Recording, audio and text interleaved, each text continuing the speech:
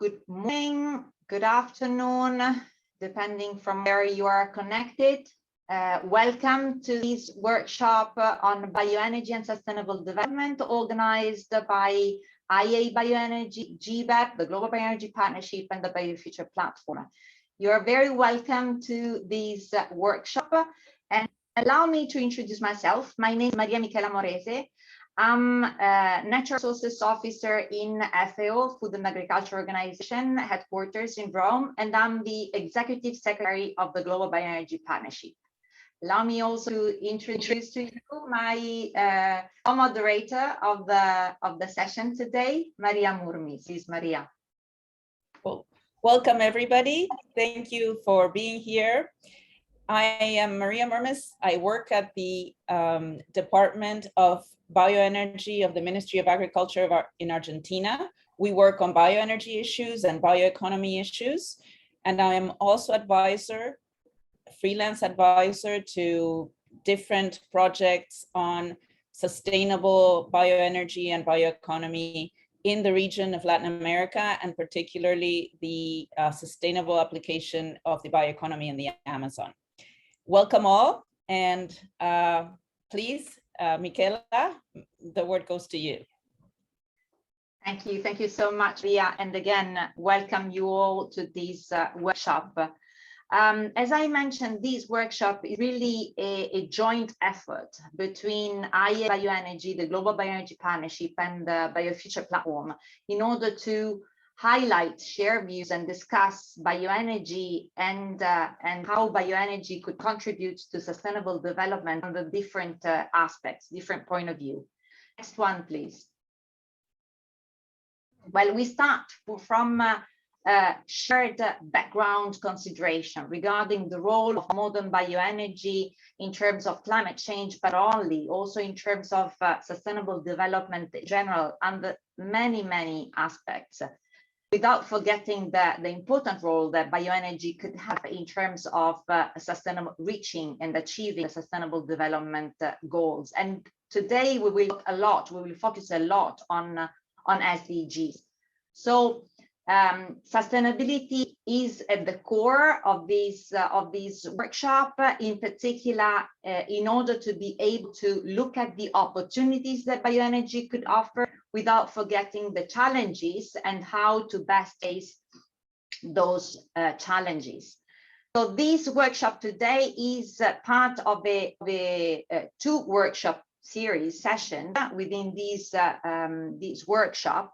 The first workshop took place yesterday. It was very much focused on bioenergy and climate change mitigation, and it was co-moderated by INSPACE from the US and from Paulo Franco from the IEA. And today we have this second workshop, which is very much focused on sustainability co-benefits of bioenergy beyond climate change. Next one, please. So you see now the agenda of this workshop today. So we have an exceptional number of speakers in the panel of today, and we will discuss a number of co-benefits in terms of sustainability for bioenergy. So I would now like to close the sharing of this screen and start with the discussion. But before this, I would like to ask Ernesto to put up on the screen the first poll. We have the possibility to have an active poll right now. You have the possibility to reply with maximum three selected replies to this question. What do you think are the most important potential co-benefits of biomass supply for bioenergy, bioeconomy? So please select maximum three amongst those 5 options. We'll wait for a few seconds before we check and we see the results.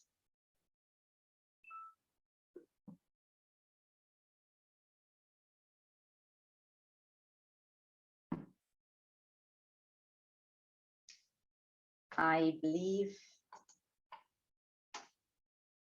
we could maybe go and show the results. All right.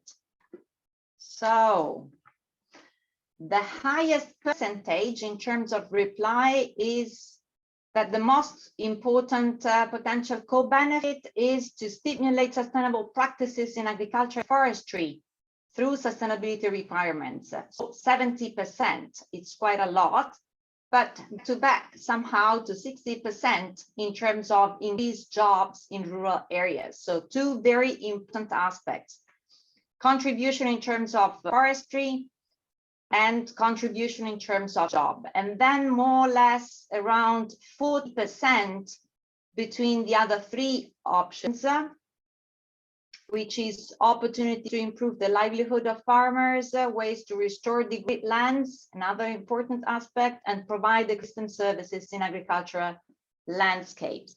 So this will be also food for thought somehow to the panel that we have ahead of us. Before I introduce the first of these exceptional, excellent panel of speakers, allow me to invite you all participants to insert your questions into the Q&A facility in Zoom. And it would be perfect if you could also indicate the name of the speaker to whom you would like to ask your question. It will be easier for us to manage your questions and be able to reply to all questions appropriately in the following Q&A discussion.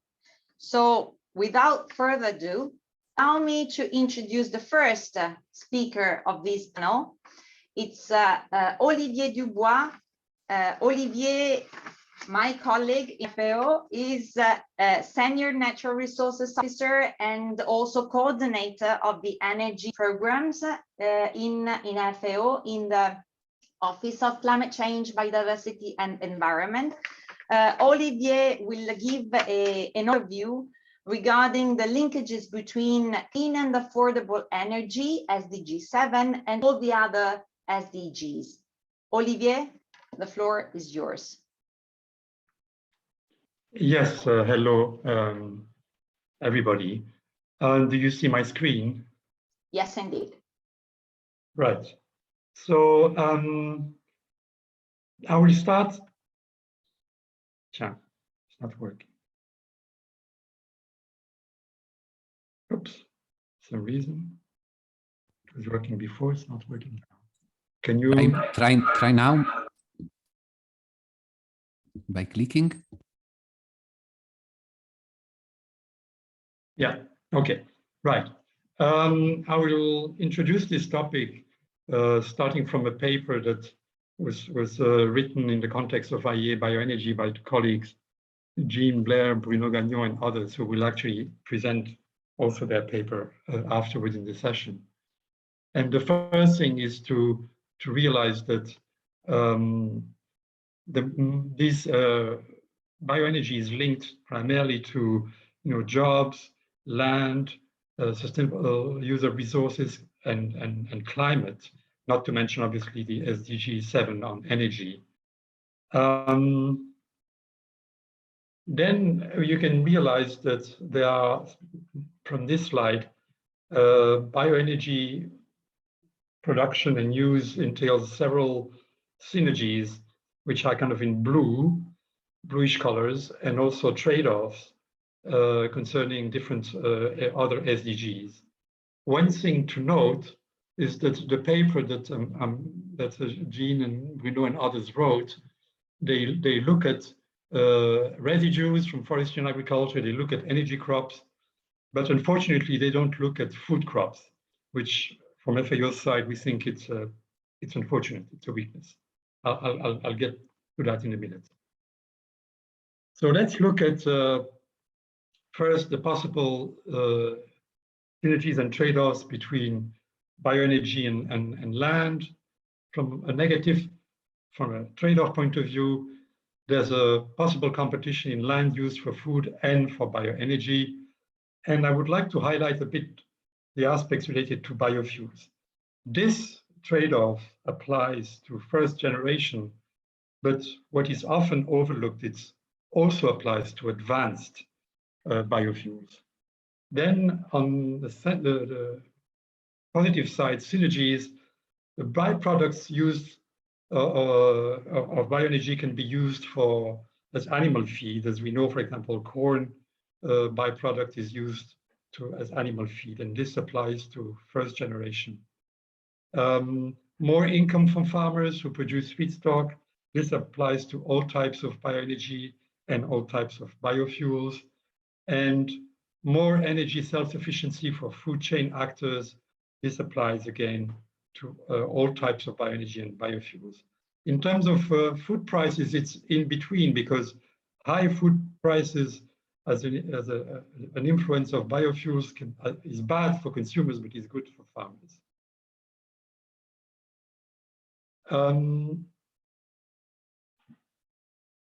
In terms of, sorry, I don't have, fine. Trying to look at, just give me a second.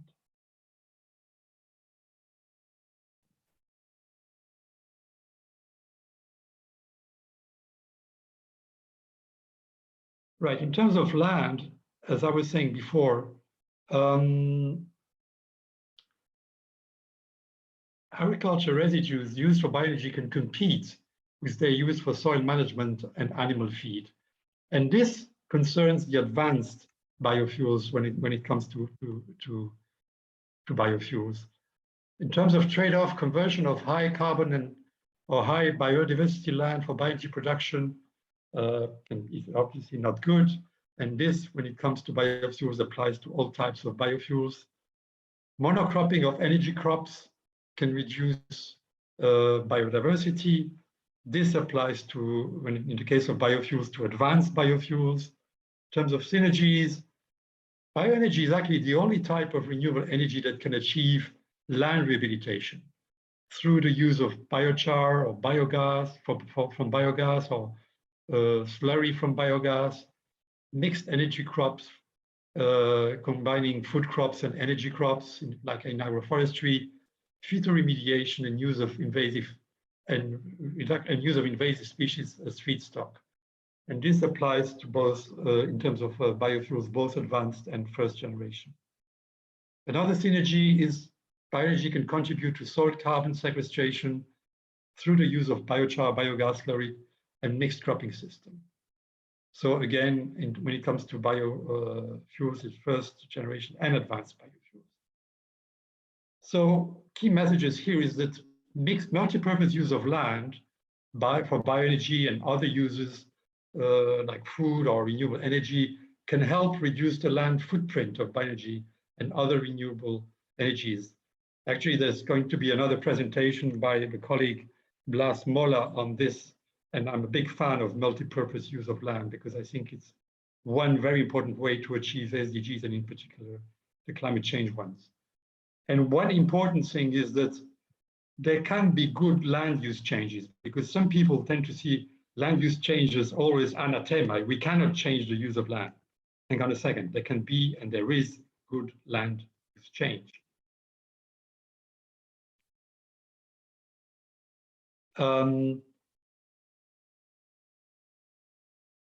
So there's some very clear messages from bioenergy links to food and land. Is first generation biofuels should not be discarded on the basis that they are always bad for food security. And discarding first generation biofuel misses a significant potential to increase sustainable bioenergy production, which according to IPCC and IEA and IRENA, we badly need. And by the way, currently most biofuels is produced from food stuff, feedstock, corn, sugarcane, and palm oil. So it's already now the biggest producer is first generation biofuels. Advanced biofuels can also indirectly affect food security and sustainable land use, the competing use of land and residues. What matters is actually that bioenergy is, and in particular biofuels, are produced in a sustainable way. I mean, in FAO, we start from a blank sheet from the beginning, because the sustainability depends on local circumstances. And collectively, we know how to do this. I mean, FAO has some tools, others have others.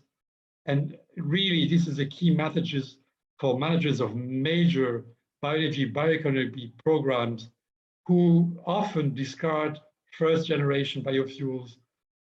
Please take note of this.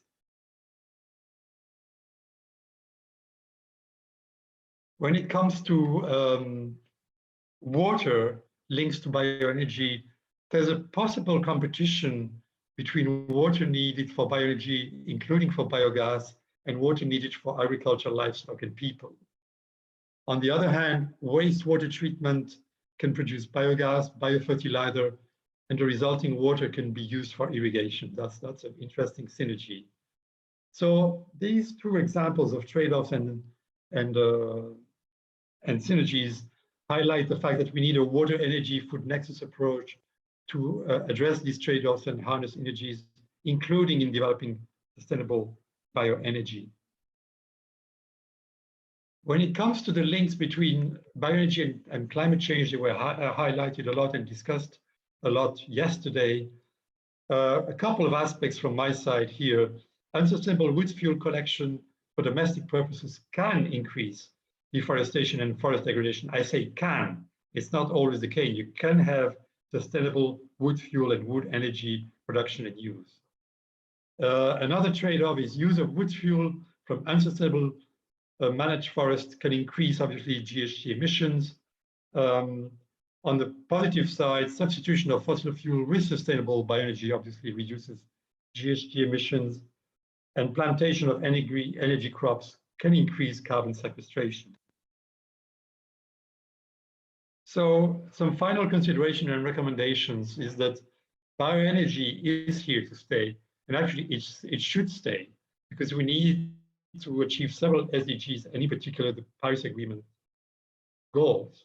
We should not oversimplify, because bioenergy is inherently complex and multifaceted, and therefore its sustainability is context specific.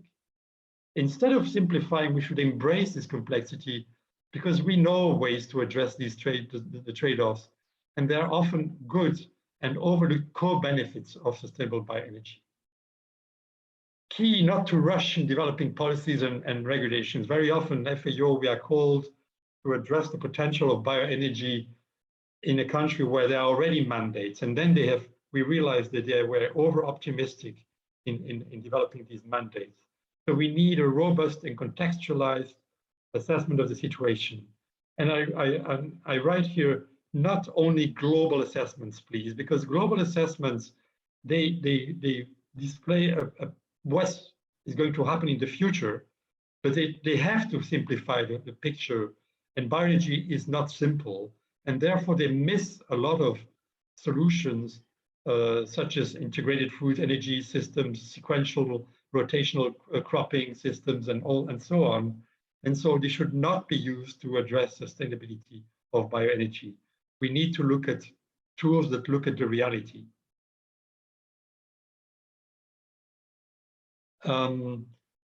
We please make use of and improve existing tools like the GBEP indicators, like FAO Bioenergy and Food Security approach, and others, to really assist in quantitative reporting and evaluation from local conditions, national conditions. And this is needed to better inform investors and policymakers and help them go beyond their sectoral silos. In FAO, when we start working on bioenergy, we always recommend to have a cross-ministerial working group, and this is usually accepted. Implement proven, agreed good practices such as integrated food energy systems and co-locating bioenergy with other types of renewable energy to reduce the land footprint of renewable energy, including bioenergy. So, as I was saying before, develop bioenergy through cross-sectoral working groups and use a water, energy, food, climate nexus approach in developing these systems of sustainable bioenergy. And with that, thank you for your attention. Thank you, Olivier. Thank you so much for this extremely interesting overview And I know that the idea that you presented is very much to be feedstock agnostic, to be technology agnostic.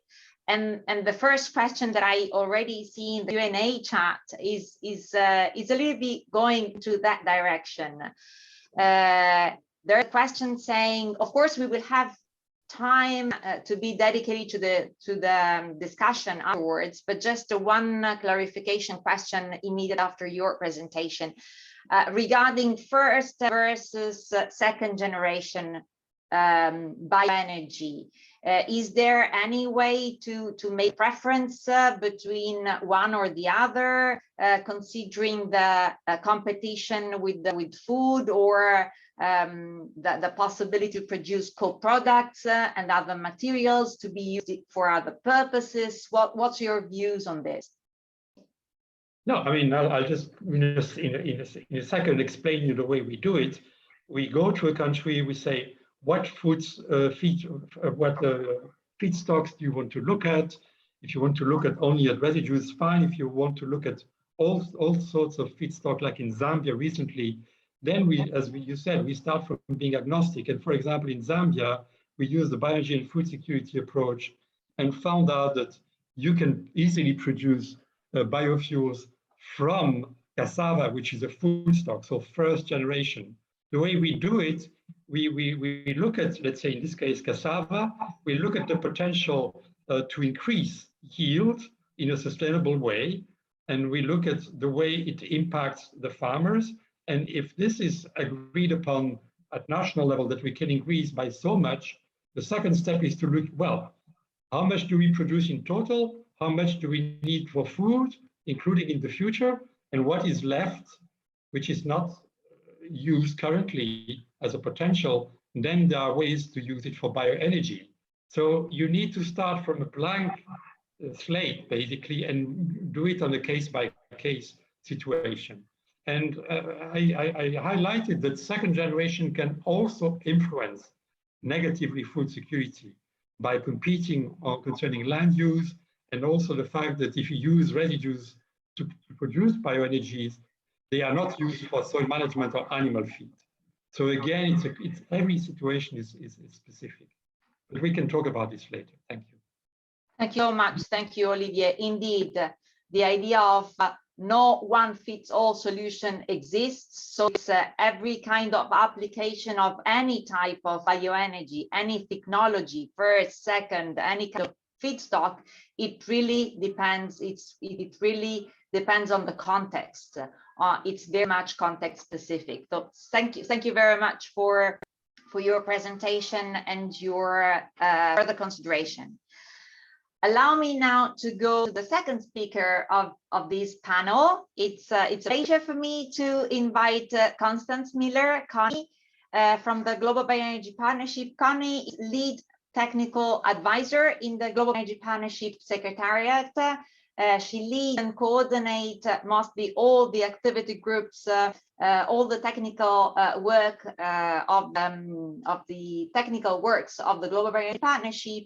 And Connie will give an overview of examples of bioenergy contributing to rural development and land restoration in developing countries.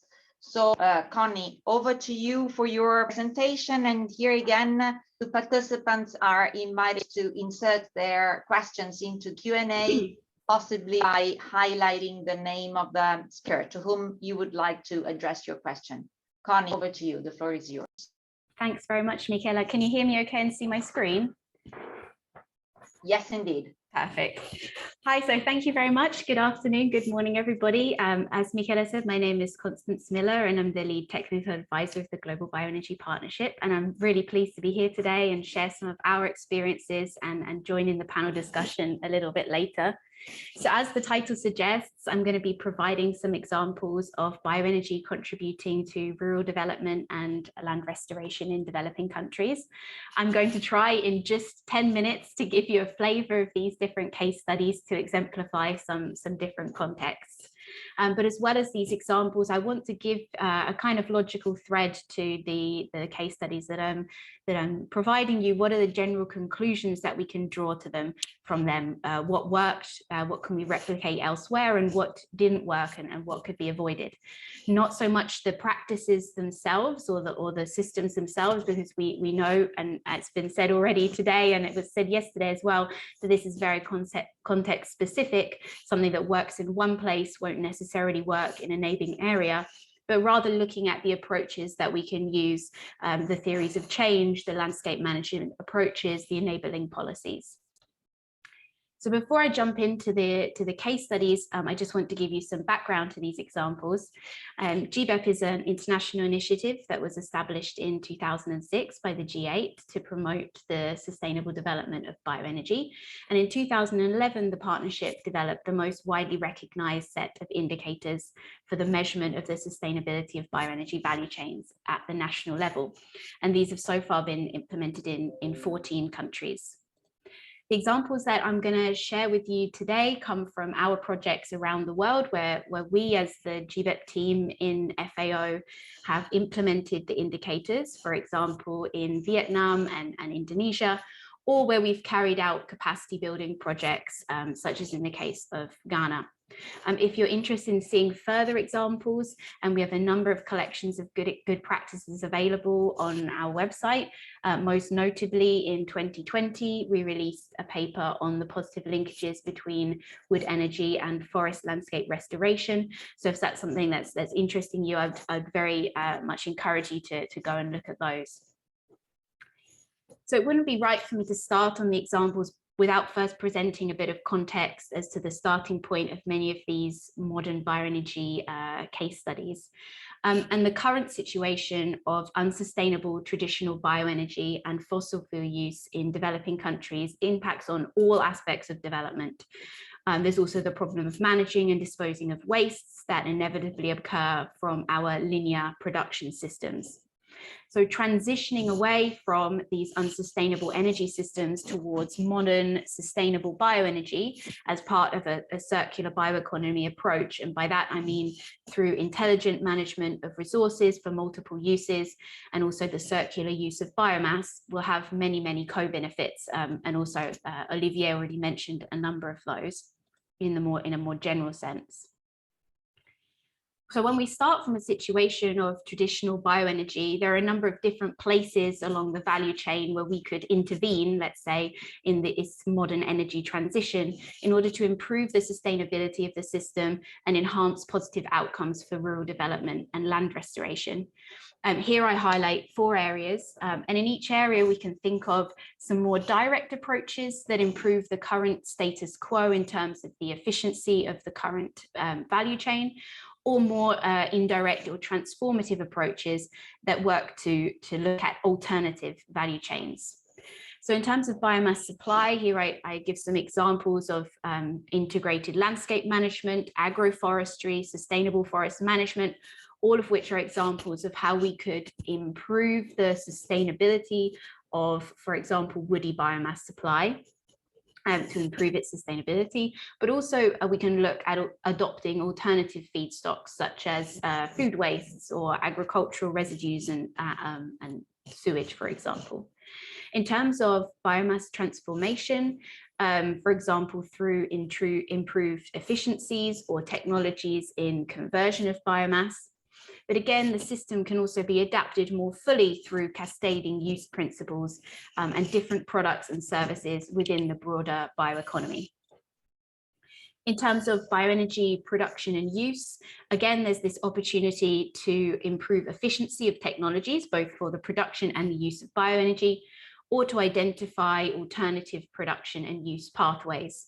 So this would be the difference between the switch from, for example, a traditional cook stove to an improved cook stove, or from traditional cook stove to a biogas cook stove, for example. And finally, as part of the circular economy approach, again, we can also make best use of the byproducts of the system. For example, biochar or digestate can be used as a soil amendment, a soilless substrate, or also for carbon capture and storage.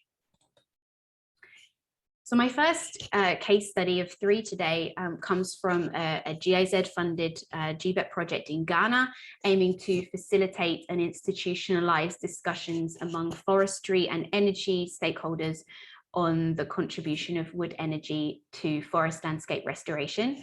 And it's also included in our collection of samples on the same theme. And it's a case that I think highlights all 4 of the stages of intervention, let's say, which is why I've chosen it today. And in this case, we have a local enterprise that produces pellets from locally available agricultural and forestry residues to be used in microgasifier cook stoves, which are also locally manufactured. The biochar produced as the byproduct in this process is then used by households as a soil amendment or as a soilless substrate in nurseries. So as you can imagine, compared with a baseline scenario of traditional bioenergy use, which in this case is primarily either firewood or charcoal, this can have multiple benefits, both for socio-economic development and also land restoration.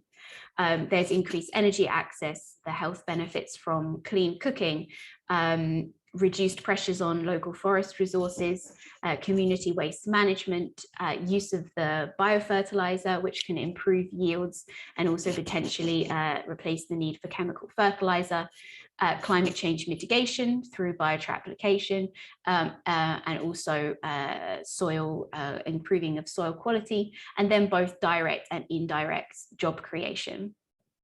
So this case study demonstrates that this kind of enterprise can not only be economically viable, but also have strong positive impacts on sustainable development. But it required access to investors and adequate investment for its startup, and also needed to be combined with training across the value chain, precisely with local farmers, to ensure the smooth running of the value chain and address agricultural market bottlenecks.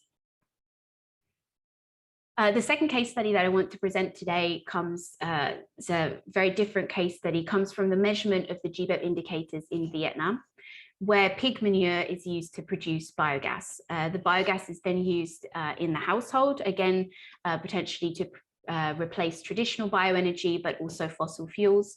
And the digestate can also then be used as a biofertilizer.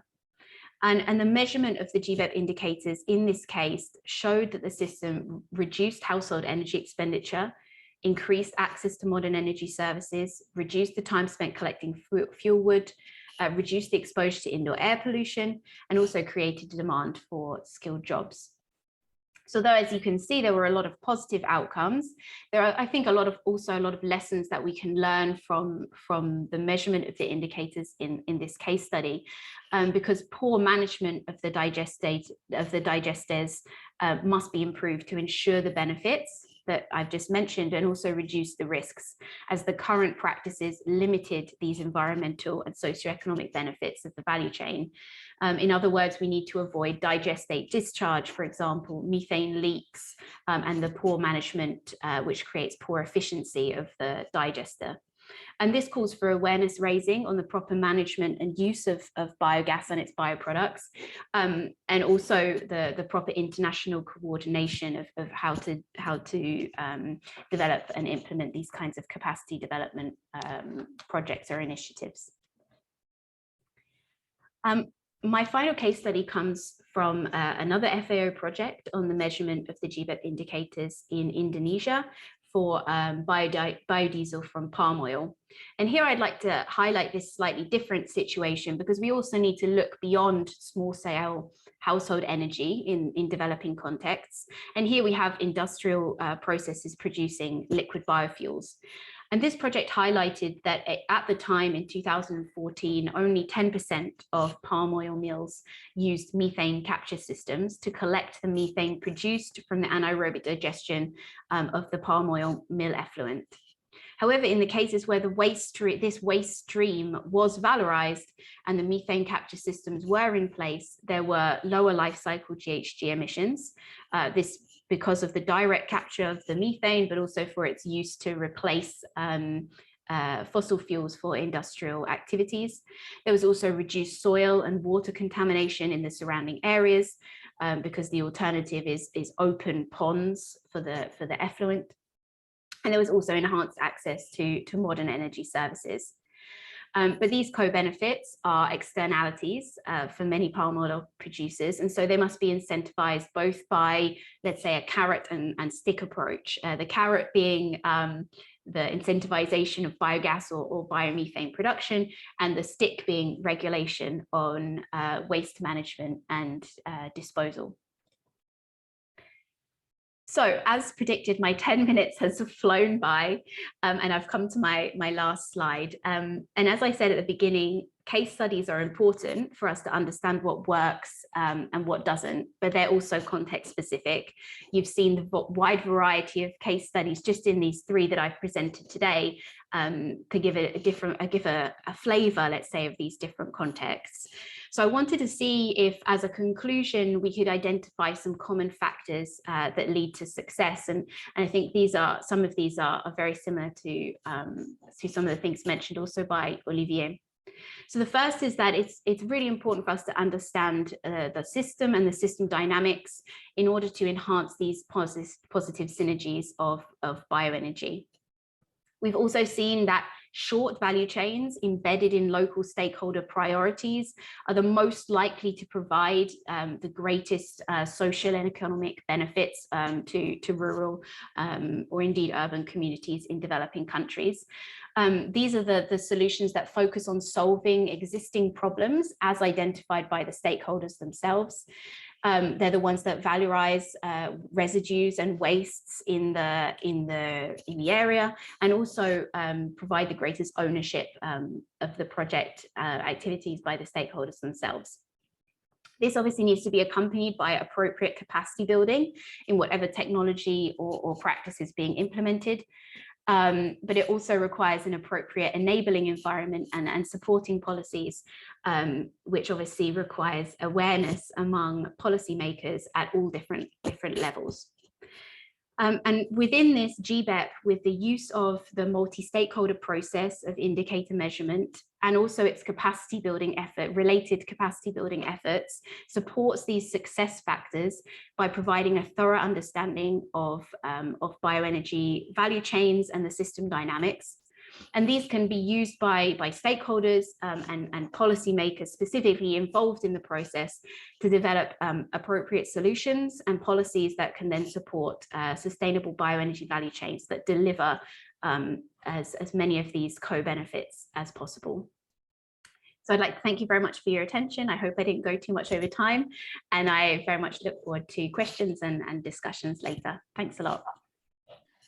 Thank you so much, Connie, for your very interesting presentation, and it was, I'm sure, very interesting for the whole participants to hear from the experiences and lessons learned from the various case studies that you presented.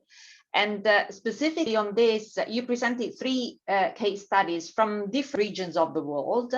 And it was extremely interesting to see the co-benefits of each of the specific case and the lessons learned as well from each of the specific case. So if you would think about one specific, in your mind, one specific bioenergy value chain where you have worked, implement the GBEP indicators and doing sustainability assessment, what barrier and what opportunity do you realize are in common in that specific energy value chain throughout the regions? I mean, it's the same, the situation is the same, barriers and the opportunities in that bioenergy value chain. What's your experience? Yeah, I think, well, that's a difficult question, because obviously, as we said, all of the different cases and contexts will always have slightly different opportunities, slightly different challenges. If we think about, for example, if I can think about biogas in Vietnam, and we try and enlarge that, let's say, some of the biggest challenges that were identified in that case study, but also some of the work that we've done on the SWOT analysis on biogas in other countries in the region and in other regions, is indeed the lack of coordination on capacity development, maybe is one of a big challenge, but also a lack of policy awareness of what could be the best ways to incentivize the best management of biogas, and also again with a kind of carrot and stick approach, so how to manage the waste and how to incentivize the energy production. I think this is probably something that would be a common theme across many of those examples. Thank you again so much, Connie, for also your considerations. Thank you. Now we go ahead with our panelists, and it's with great pleasure that I introduce to you our next speaker, which is Mr. Ba Sao, a dear friend and colleague of the GBEP family. So Ba Sao is acting executive director of the ECOWAS Center for Renewable Energy and Energy Efficiency, and prior to that, he served as a principal program officer for renewable energy in the ECRE. Ba Sao will give an overview on opportunities of modern bioenergy in West Africa. So Ba, it's a real pleasure to give the floor to you for your presentation. Yeah, thank you very much, Michaela, and good morning, colleagues. Good morning, everybody, and I'm very happy to be here with you this morning. Finding time, within my schedules to be able to share our little experience in this part of Africa, that is in West Africa. So let me kindly share my screen. I know we have some time limitation, but I think I'll be able to make it within the stipulated time frame of 10 minutes. Yeah, good to be with the family again after almost 2 years of break. So I have been tasked to provide this part of this presentation, and that is the core benefits of bioenergy that is beyond climate. So as most of you know, and the West African region and Africa and developing world in particular, is overwhelmed with over-reliance of the population on the traditional use of biomass, mainly for cooking and heating. And then in the West African region, we have almost 70% or more of the population of 350 million still relying heavily on the use of the traditional use of biomass. And of course, whether it is the production or the utilization, is up to now, it is still, predominantly in the traditional domain. And of course, this is principally firewood and charcoal, which, some are transformed. And we've already heard, especially from my senior Olivier, about the ecological consequences, the health consequences in using these resources traditionally. And as a result of that, and as a result of our present predicament, and I call it predicament, even though we have significant biomass resources, with a lot of potential, however, the use or the continued use of this resource traditionally, while we still have, the bio-waste, continues to be a challenge. And then, of course, whether it is source, whether it is the sourcing, that is the production, or it is the transformation, or it is the utilization, it's still the same thing. And then, of course, we did a study, to look at the potential for energy crops. We have this study already available on our website. And we've not stopped there. We have decided to go further to develop a policy, a regional policy, for the ECOWAS region. And, also recently we have gone into to develop policy to regulations for bioethanol as well as for clean cooking. So the bioenergy policy for the ECOWAS region also available online on our website or on our data sharing portal called ECOREX, was adopted in July 2017 by the ECOWAS heads of state and government. And the aim is to improve both food and energy security through the deployment of sustainability criteria.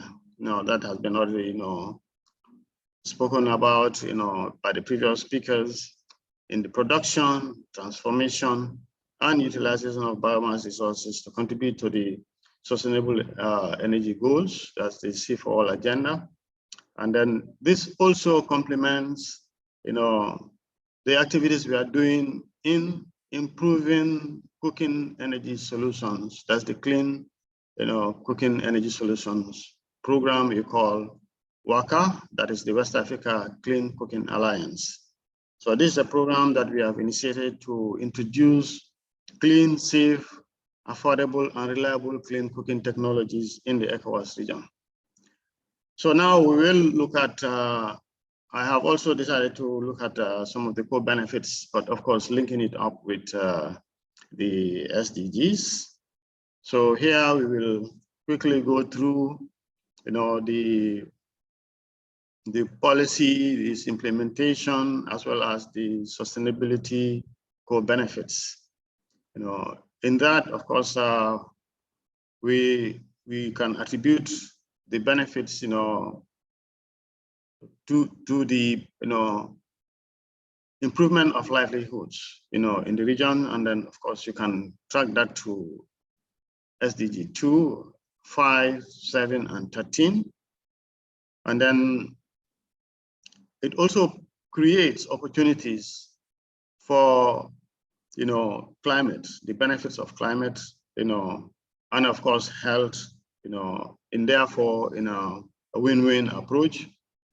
So when bioenergy supply chains are implemented appropriately and integrated within the existing systems, they can have overwhelming positive contribution towards human livelihood.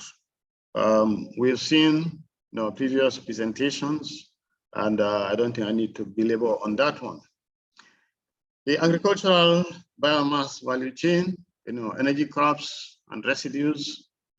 Again, I will refer to the previous presentations, what they have indicated, touching on the benefits for SDG 2, as well as SDG 6. And then here, I would also want to recommend or to buttress the point of, multiple use of land, that is the intercropping, which improves both the soil quality and increases food productivity with certain species of shrubs and trees, and therefore, of course, increasing both food as well as energy. So that is some of the aspects, we are looking at, in our region as well. Waste and forest supply chains, of course, the residues, here are very, very important. And what I want to add is, in our policy document, we're very much clear that we want to use the residues, especially from the agricultural waste, only when, after food, feed, and fiber. So this is our, point that, we have been stressing to ensure that there is no competition between food, as well as for both for human and as well as for animals, and as well as, sometimes you need these things for soil, nutrition. But again, as Olivier, indicated, the use of biogas digest substrate as well as biochar are very good, options, to increase the soil nutrient. And then, of course, where we have the possibility of having sustainable biofuels, whether it's bioethanol or biodiesel. They become good substitutes for fossil fuels. But again, that's for both for fossil fuels and the traditional, biomass that is using bioethanol for cooking that we have. It's already been done in the region, not to scale yet. And of course, use of biodiesel, very shining examples coming from Brazil. So these are all options, that will go a long way, to address the need to improve responsive consumption and production. That is SDG 12. So the development of bioenergy systems in rural and indigenous communities, which I indirectly support societal SDGs, have direct relation to, the SDG 1, that is no hunger or no poverty, to SDG 4, SDG 6, and SDG 10. And here, I just wanted to highlight that we are almost changing our focus, in our approach, because we have realized that over the years, we have been doing, projects like mini grids, we do biogas digesters here and there, or support. But then what we've realized also is to focus on the circular economy approach, where energy, including biogas, as well as biochar, incorporated in that approach, where energy can be used as a transformational tool for socio-economic development, in particular the rural setup. So that is a focus that we are now trying to redirect our efforts on. Other socio-economic co-benefits, of course, it comes with employment and income generation. The aspect of youth and gender empowerment are very key. In particular, when you look at the women who go to fetch or collect firewood, in very long distances, firewood, becoming very scarce, in the region, as well as the continued traditional use of biomass, has direct impact, on gender, especially the women and children who use these things, due to the health related, as a result of smoke inhalation. And of course, where you have in the rural areas, sustainable biomass or bioenergy activities, it stems, the rural urban drift, of course, improving health, related to smoke reduction from, the traditional use of biomass, as I said earlier, related to women and children in particular, and of course, reduce the danger associated with collection of firewood. So basically, these are the points that I have to share with you, and I thank you very much. And I'm available for more questions. Thank you. Thank you so much, Ba, for your presentation. It was very good to have this overview regarding the ECOWAS energy policy and all the interlinkages with the SDGs. You have highlighted a lot of co-benefits which are connected with the specific ECOWAS bioenergy policy. And of course, when we look at bioenergy in terms of sustainability, we always look at the whole aspects, environmental, social, and economic, and we look at the benefits, and we also look at the challenges, trying to find the way to face those challenges and take out the best from the opportunities that a bioenergy potential could offer to the specific case. So my question is very much connected to a question raised in the chat, in the Q&A. So what do you think is the main sustainability challenge for West Africa in terms of biomass resources? Well, thank you very much for that question. Well, I would say the main challenges really relates to policy and capacity.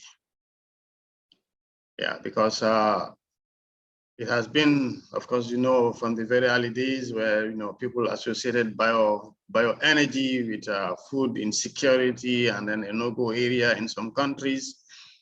I would say that it is still there because at the policy level, even though we have the regional policy and we're developing national energy policies, it takes a lot of efforts in terms of sensitization and enhancing capacities, because what we know is the resources are available.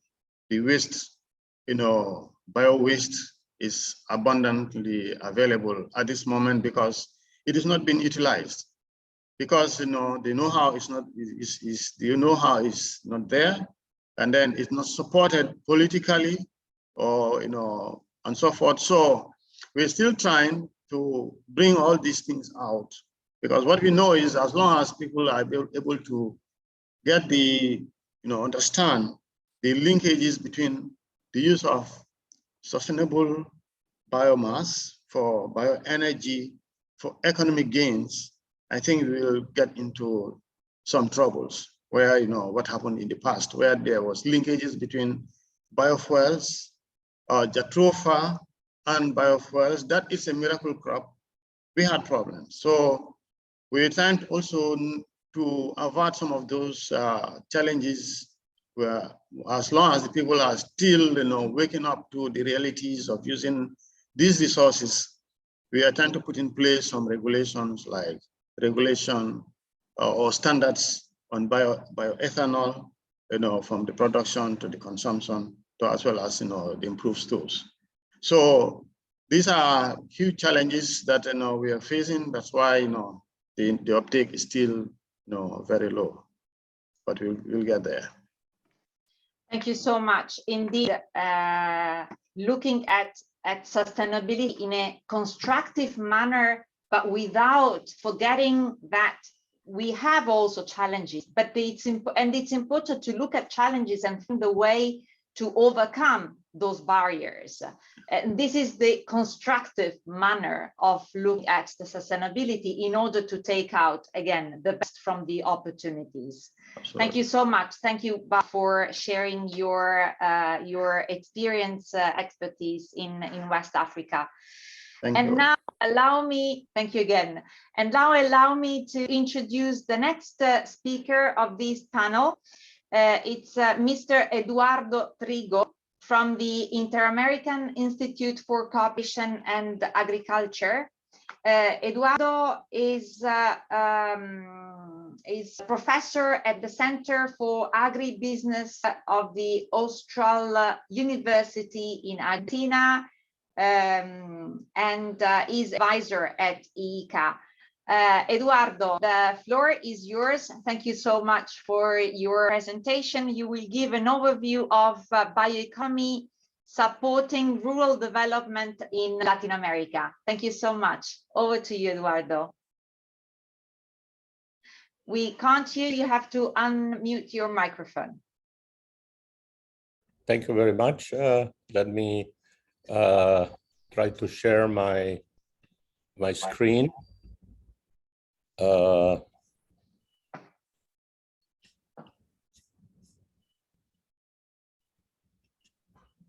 don't know what happened. I'm having trouble. There should be a green button on the bottom. I am. We will share from our side. No, because I've changed on your suggestion, Luke. I've changed my presentation. Just tell me next slide when it's time to switch. No, because I have changed. Let me. Yes, please. Are you seeing it now? Yes, you just have to put in presentation mode. That's okay. That's okay. Yeah, and we hear you. Okay. Can you hear me? Yes, indeed. And the presentation, it's on the screen. Indeed.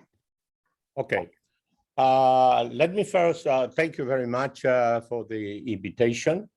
What I'll do is try to provide a sort of a a brief overview of the main dimensions of the Latin American bioeconomy on issues contributing to rural development.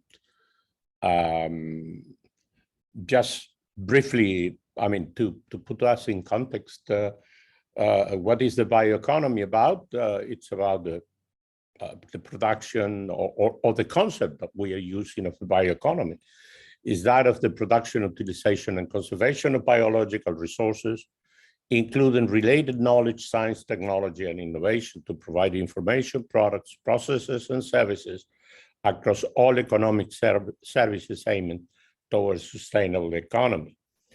That's the definition that was finally agreed by the International Advisory Council of the Global Bioeconomy Summit in 2019.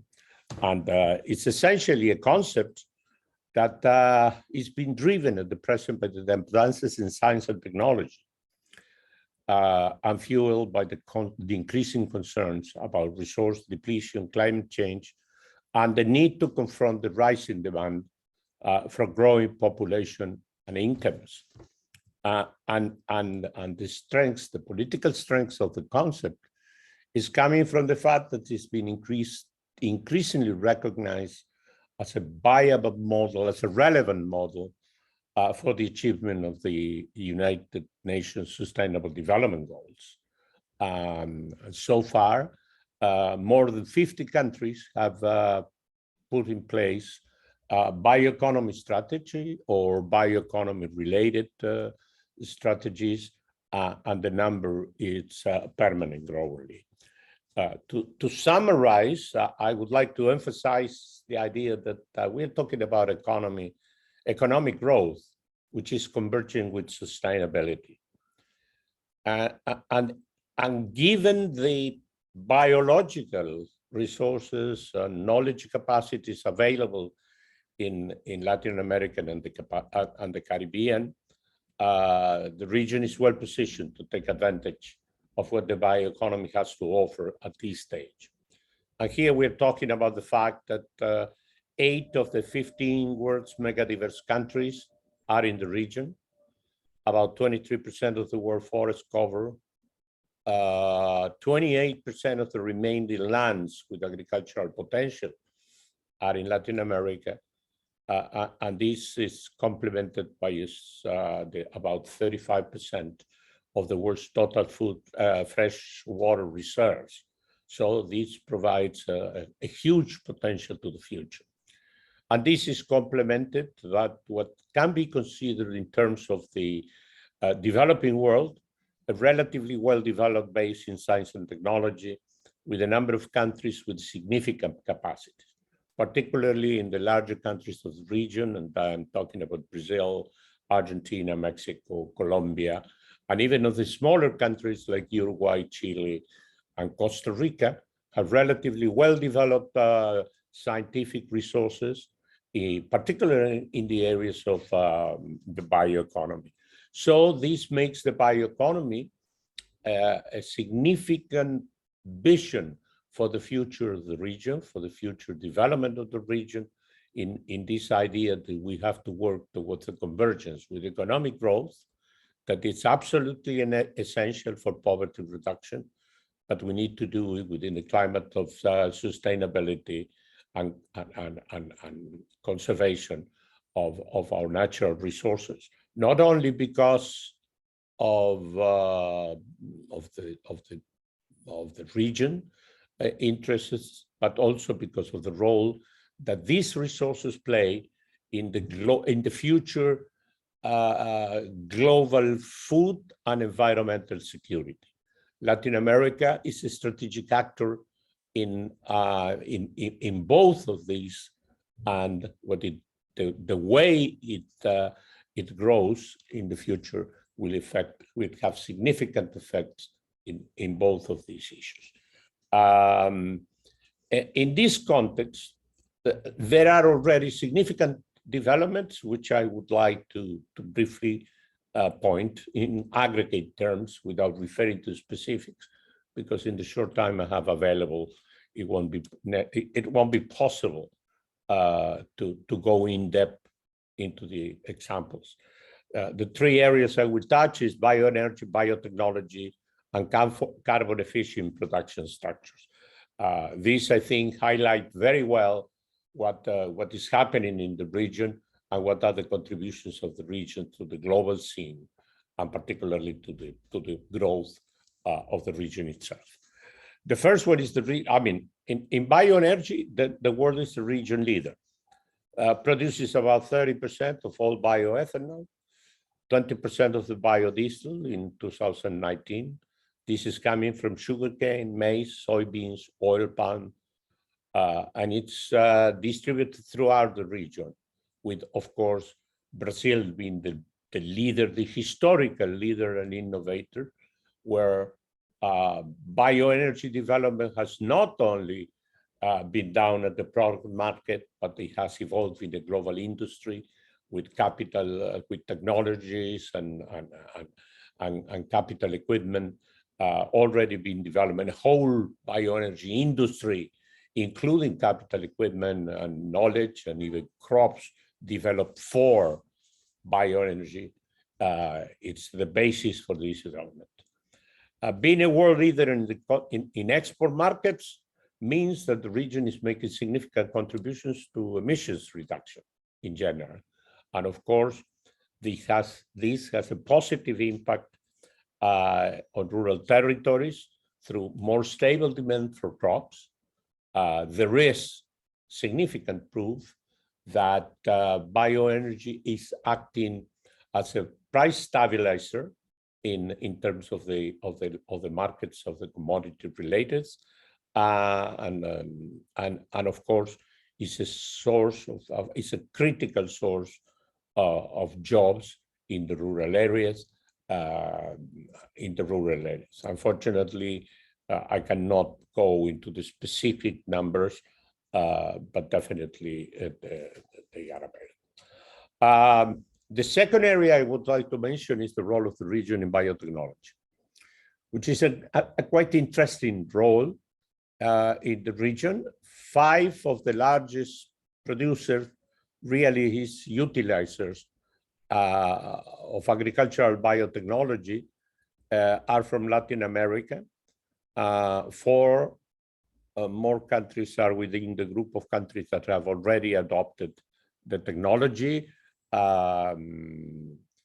Brazil, Argentina, Paraguay, Uruguay, and Bolivia have more than 1 million hectares each, but Mexico, Colombia, Honduras, Chile, and Costa Rica have already adopted different levels and are moving to the not only in terms of GMOs, but have already set in place an appropriate framework for the next stage of biotechnology applications to agriculture, which is the gene editing, the use of the gene editing technologies, and the region has already in place regulatory systems allowing the region to utilize here.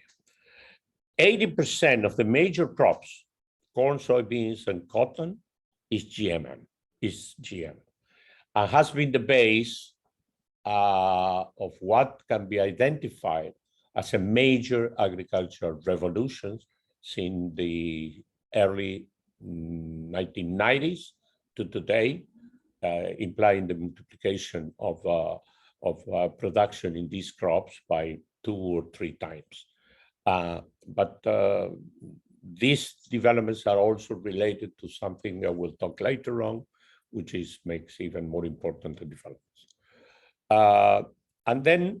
But there is something which is also important and maybe even more important than the history, is that close to market innovations from local research and development in major crops, such as beans, sugarcane, soybeans, and wheat, are already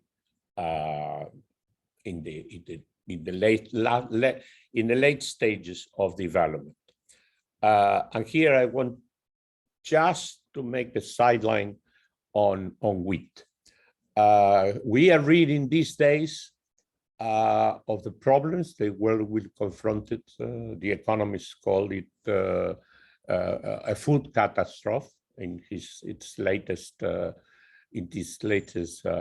article this week, linking not only to the war on the Ukraine, but also to the drought in India, leading the authorities in the Indian subcontinent to ban or put a restriction on exports. In Argentina, from local developments, this last month and a half, has been approved for commercialization, for release to the environment, let's say, a wheat resistance to drought, which is already, it has even been approved for import into Brazil in the form of flour. This it's a clear indication of the huge potential of these technologies for contributing to many of the problems pressing the global discussion of food security or food insecurity in which we are involved today. And this is a sort of a concrete idea of the potential of the potential contributions of the bioeconomy to these issues. And all these elements are very much reinforced by what I have already mentioned about the putting in place of the regulatory environment for taking advantage of the next step of biotechnology development represented by the gene editing technologies. Finally, I would like to highlight an issue how the region has evolved in carbon efficient agricultural production strategies, in many cases directly related to the use of biotechnology, not in all cases. But 60% of the world area under no-till agriculture, it's in Latin America and the Caribbean, more than 80 million hectares. In the southern cone, 80% of major crop production, it's under no-till practices or carbon efficient production. And in this case, there is a proven convergence between the use of biotechnology, so the bioeconomy at work, in allowing the move to no-till practices with the production and environmental implications that this kind of production strategies have in terms of reduction of emissions, etc. And beyond that, there is a number of consolidating carbon neutral certification processes, which are essentially based on improved knowledge of the biology and the biological process involved at the production level. And here I would like to mention the carbon neutral scheme in Brazil, the BIF, developed by Embrapa, the Brazilian research and development enterprise, which emphasizes low emissions in the production of beef. The NAMA coffee in Costa Rica, sustainable coffee, reducing CO2 emissions as a main target, and exploiting the commercial advantages of having a seal in this end. And in Argentina, the production, the new carbon neutral agricultural production, certified food, beverages, and energy products, this aspect, and these are only three of a trend that, fueled by the new vision of the bioeconomy, it needs to aggregate value and the possibilities of value aggregating from the opportunities implied by the bioeconomy, and the creation of the institutional mechanisms to be able to capitalize on these opportunities. Let me to finalize. I would like to have presented specific data on the potential benefits of the bioeconomy, or the benefits already coming out of the use of the biotechnology. We do have numbers on some biotechnology applications in different countries, but let me finish by referring to data from Argentina at the macro level, okay? Some macro indicators. The bioeconomy, to give an idea of what the bioeconomy represents in the region, as Argentina is more or less indicative of the relationships in most of the countries. And bioeconomy represents 16% of the internal gross product. Biomass related, about 6%, 6%. Industrial, the industrial components, about 6-7%, and services 2.4%. The aggregate value by the bioeconomy, it's about more than 85,000 millions in 2017. Bioeconomy between 2017 and 2012, from 2012 to 2017, grew 88.3%, which is more than double what the growth rate of the rest of the economy. It represents about 12% of the total employment, 1.9 million in 2015. It creates 34.2 jobs every 1 million of aggregate value.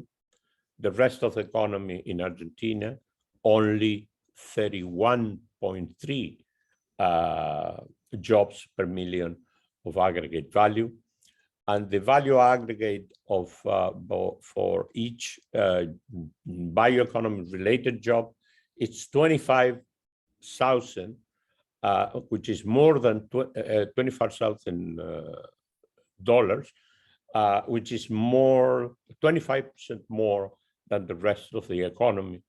And finally, estimates of the productivity of the sector indicate that it's 10% greater than the rest, or the average of the rest of the economy.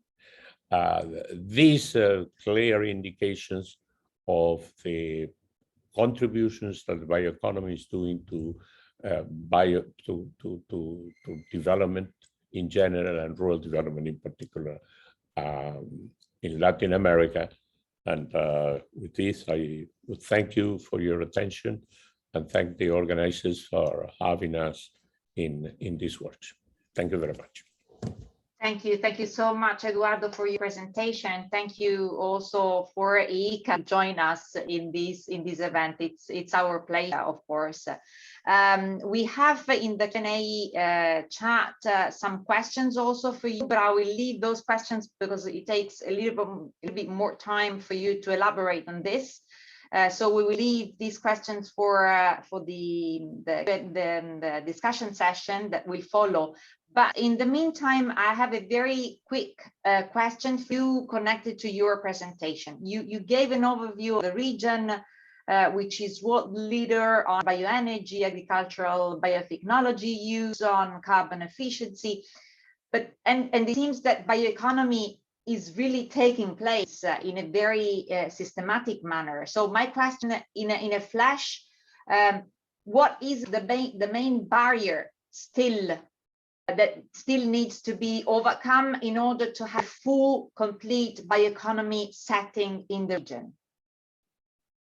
Well, I don't know if we can identify, I think that the bioeconomy is developing at the expected pace in the region. If you ask me, I would say that the bioeconomy development, it will happen from the private sector. Yes, innovation and investments at the firm level, which is going to set the bioeconomy in place. And for that to happen, we need a certain business environment to be in place. And I think that that is our main restriction at the time. The region is evolving quite well in adopting and discussing the vision as the vision of the future. Because the region has definite comparative advantages for developing the variable. Access to capital, regulatory issues, a number of other institutional aspects are still preventing for a more rapid adoption. However, I don't think that we are behind schedule. The region has already 6 or 7 countries that has in place formal strategies for bioeconomy development. And this has happened only in 10 years. It's been discussed at the highest political levels. For instance, in our case, at the Institute, at the IEA, bioeconomy, it's one of the major technical cooperation programs at the request of the ministers of agriculture. I mean, it's when you look at the region in terms of the number of high-level capacity training, human resource training institutions that have already incorporated bioeconomy as one of their major program components, that's growing by the year. We can mention 10, 15 universities that have already included bioeconomy-related programs in the undergraduate and also at the graduate level. So I think that the region is moving at the expected rate. I could not, if I have to identify one issue, I would say the overall business environment has been affected, and the way that firms can access capital, accept the risks of innovation, regulations that still are evolving. They are going in the right direction, but still not there. And maybe that's the issue. And I guess that this is very in common with also many other regions, I'd say. Definitely. Thank you. Definitely. Thank you, Eduardo, and thank you for these situations on bioeconomy that also put me in the position to recall and to remember and to remind to our participants that in context of the Global Bioenergy Partnership Bioenergy Week that this year will take place at the end of September in Paraguay, focused on the Americas, IEA will be collaborating with us, leading the discussions around the bioeconomy thematic area in region. So we will take advantage again and again of your expertise and experience in the region on bioeconomy, also in that context. Thank you, Eduardo. And I now would like to go ahead with our next speaker. Allow me to present Blas Mola Udego. Blas is from the University of Eastern Finland. worked as a senior researcher at the University of Finland and as associate professor at the Swedish University of Agricultural Sciences on topics related to forest modeling, biomass production for energy, fast-growing plantations, and forest governance. Blas will give us an overview on integration of bioenergy crops in agricultural landscapes to provide ecosystem services. Thank you so much, Blas, for your presentation. Thank you very much, Maria. I hope that you can see my screen now. Yes, indeed, and we can hear you well. Go ahead. Excellent. It's a great honor to be here today and to be listening to these other colleagues with fascinating topics. My topic has a very clear European dimension, and also is dealing more with the biomass side of that, the biomass side of the bioenergy debates. Allow me to start presenting what I think that biomass is having right now. I think we have an Olympic challenge when it comes to biomass. The motto of the Olympic Games, Citius, Altius, Fortius, which, sorry, my Latin is awful, but I checked it up and translates for faster, higher, stronger. That sounds like a very productivist motto, but I think that this is right now the situation we have with biomass. We need more biomass now. We need fast biomass. We need resilient systems that can produce biomass and other things, as we will discuss today. And this is, I cannot emphasize enough how critical it is. Why I think that we need faster, we need higher, we need stronger biomass production systems. Because I think that we are under a very special situation when it comes to the demand for biomass. There are ongoing and emerging narratives that they're adding urgency to the production of biomass, to the demand of biomass. One is the climate change mitigation, the climate change debates. We need to substitute large amounts of fossil fuels. The clock is ticking, right? And that is transmitting certain urgency to the use of biomass as a source of feedstock for energy. In parallel to this, and independently, we have, as Professor Trigo was discussing right now, emerging bioeconomy applications. There is new uses of fiber. There's new uses of different products that can be used with the wood, that they are increasing this demand for biomass, for existing biomass sources. And third, and this is very critical right now, there is a new narrative of energy independence. Due to the recent geopolitical developments, especially in Europe, we are facing shortage of energy, shortage of gas, shortage of fossil, of oil that was coming from Russia and is not coming anymore. Just as an example, I live in Finland. This week, electricity from Russia has been cut, and gas is expected to be cut as well. The prices in gasoline, they are super high. They are one of the highest.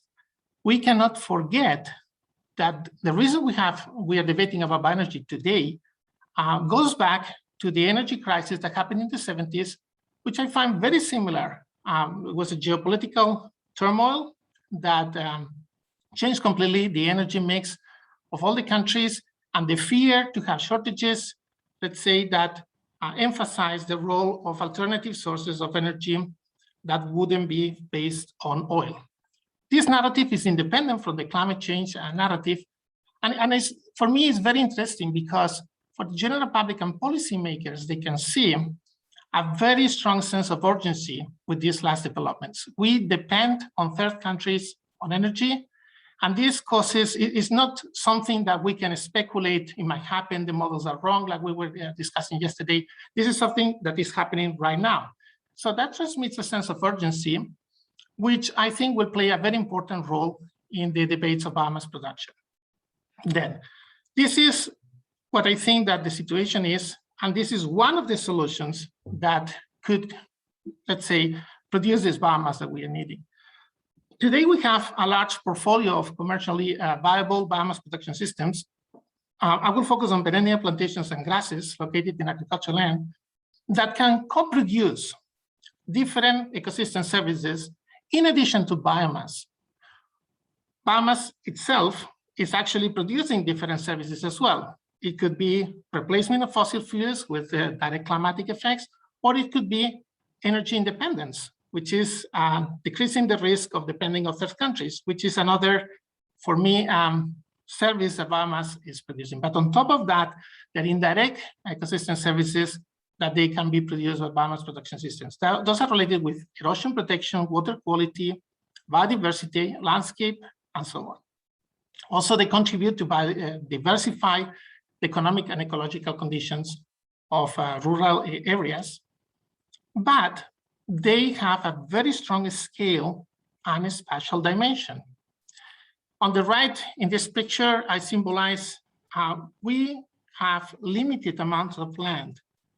We cannot, land is a sum zero thing. I mean, if we use land for one thing, we cannot use it for another thing. However, the things that we can get from the same piece of land can actually can be more efficient, right?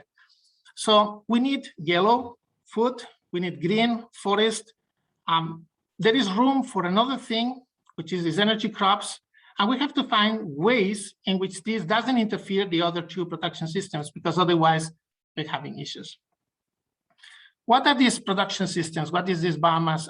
This is something interesting because in the previous presentation, Olivier, for instance, was discussing about biodiversity and how it's perceived in a negative way when we are talking about energy crops and particularly about biomass production systems.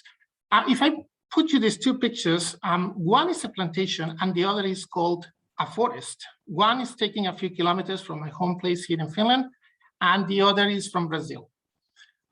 You see, these production systems don't, in many cases, don't really look like plantations, or actually what we call forest. They are plantations in other countries. So sometimes this debate of plantations, not plantations, is a bit fake, because I don't think many people could see the difference between plantations and not plantations. They can see as a matter of scale. As I said, is a scale dependent. And this is a very important thing for the things I want to present to you today.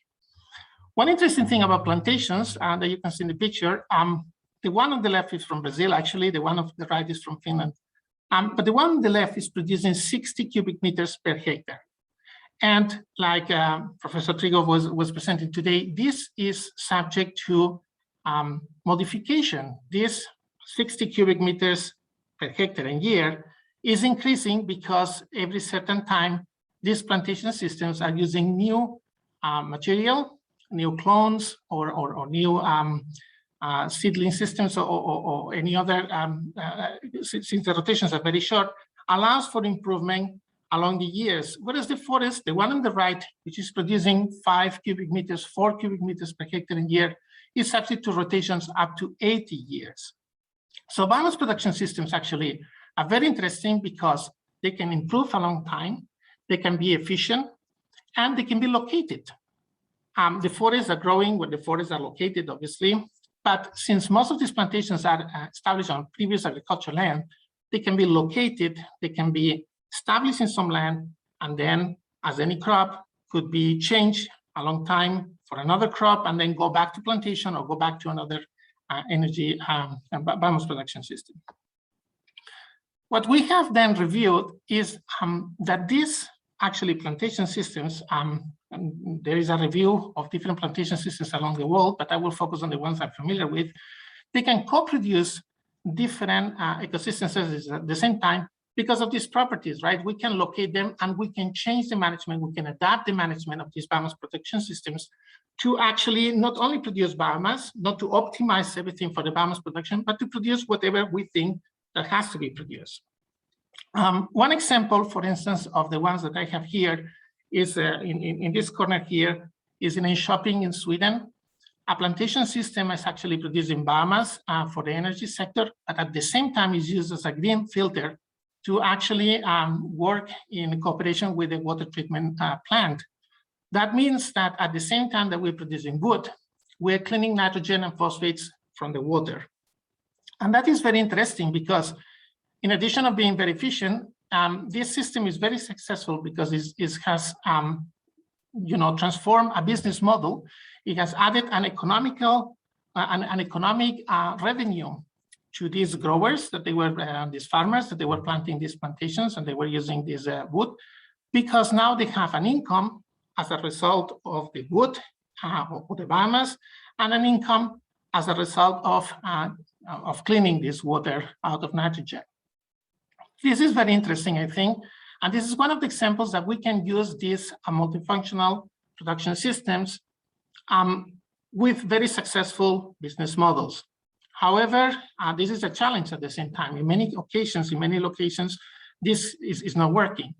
The plantations are actually having a very valuable role cleaning water, but nobody's paying for that positive externalities. This is something that we can discuss later, and I would be very interested to debate on that. Going back to the location, what we've been studying is actually what would be the optimal locations for these biomass production systems that they would produce biomass, but at the same time, they would co-produce, co-deliver other positive externalities or other positive ecosystem services.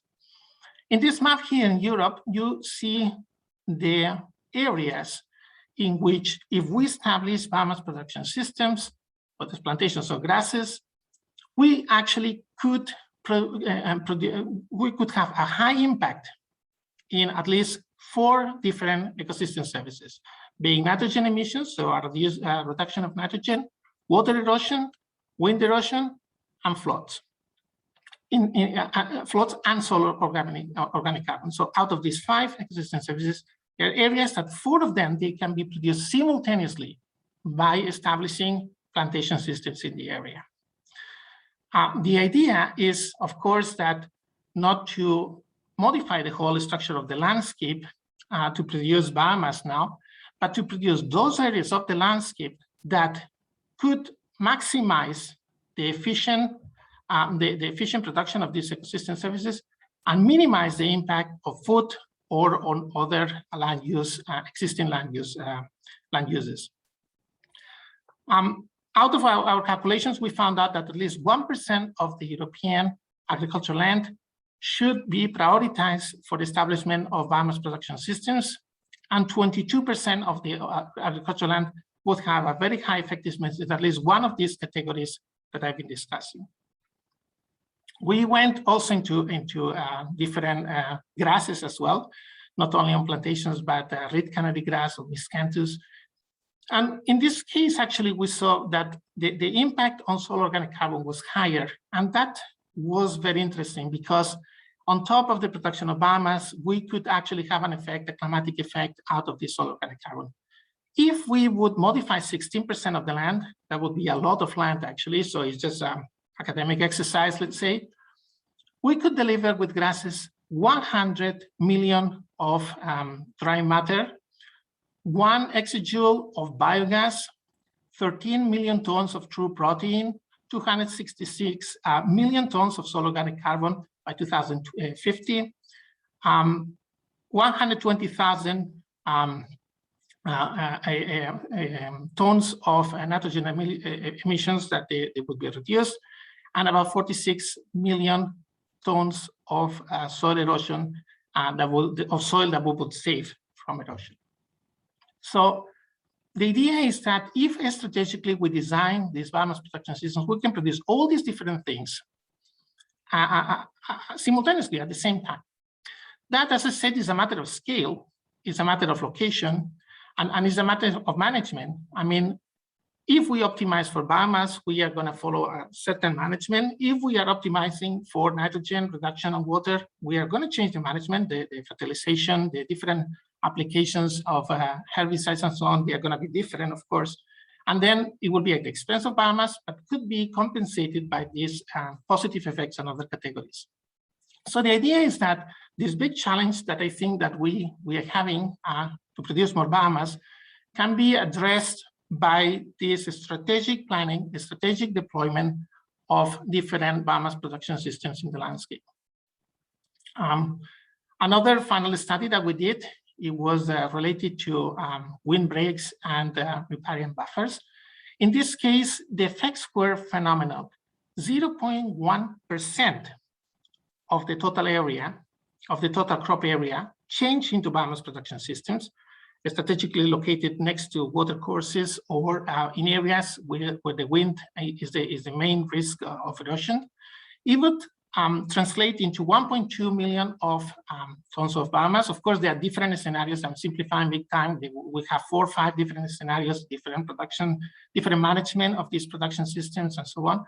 But in let's say the most realistic one, 1.2 million of biomass would be produced. 13% of all the nitrogen emissions of agriculture would be reduced. 0.1% of the total soil loss of European agriculture would be reduced as well. And at the same time, we would have a significant effect on soil organic carbon. If we would use it for repairing buffers, that would be the percentages. For wind breaks, it would be even higher effects on erosion protection. So to conclude my message is minimal intervention, maximum benefits if we strategically deploy these biomass production systems. I am very certain that the opposition to this type of plantations is going to decrease in the next years.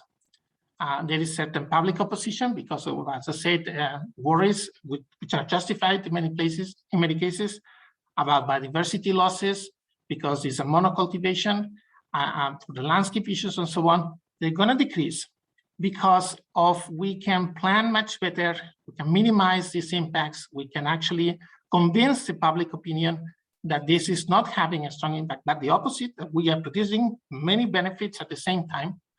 And I think that these worries as well is they're going to decrease because of this sense of urgency due to the present conditions linked to the climate, linked to the shortage of oil and gas, and due to the new uses for bioeconomy. So this is my presentation. Of course, I collaborate with many people. These studies were made in cooperation with different people affiliated to the IEA as well, from Sweden, Finland, and other places in Europe. And I synthesized more or less the ideas of these 4 papers, these academic studies that they are listed here. So I will be open to any questions and any debates after that, and I will be very glad to answer. Thank you very much, Blas, for your presentation. I would have some questions, but we are running out of time. So my proposal would be for the last 2 presentations to use the questions of the chat in the discussion session afterwards. Otherwise, we won't have enough time for the Q&A session, ACT session, if you allow me. So thank you so much, Blas. It was extremely interesting, and I have in mind something very important in terms of scale and spatial dimension. So I will raise my question in the chat as all other panelists in order to focus on that specifically, because it was really something that was raised also yesterday during the previous session of the workshop. So thank you so much. It was very interesting and inspiring. So allow me now to go last but certainly not least to our final presentation. Allow me to introduce Bruno Gagnon and Jean Blair. Bruno is a senior science policy analyst in the Canadian Forest Service at Natural Resources Canada. Its role right now, Bruno investigates emerging opportunities for the circular bioeconomy, including bioenergy and other bioproducts, and also provides policy advice on their contribution to climate plan, Canadians' climate plan.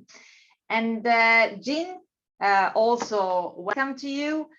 Jean Blair, she worked for the Canadian Forest Service to look at the link between biomass supply chains and then SDGs, and she's currently doing research at the Dalhousie University in Nova Scotia, and I know that there will be some case studies presented in your presentation. So Bruno and Jean will share their stage for today, and the presentation will be focused on biomass supply chains and their contributions to the SDGs.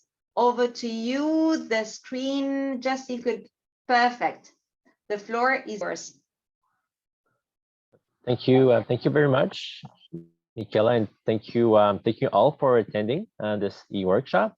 As Mika mentioned, today Jean and I will be presenting outcomes of work we did with IEA Bioenergy colleagues from different tasks. So task 40, 43, 44, and 45 under the Strategic Intertask Project on Bioenergy in a Well Below 2 Degree and Sustainable Development Goals World.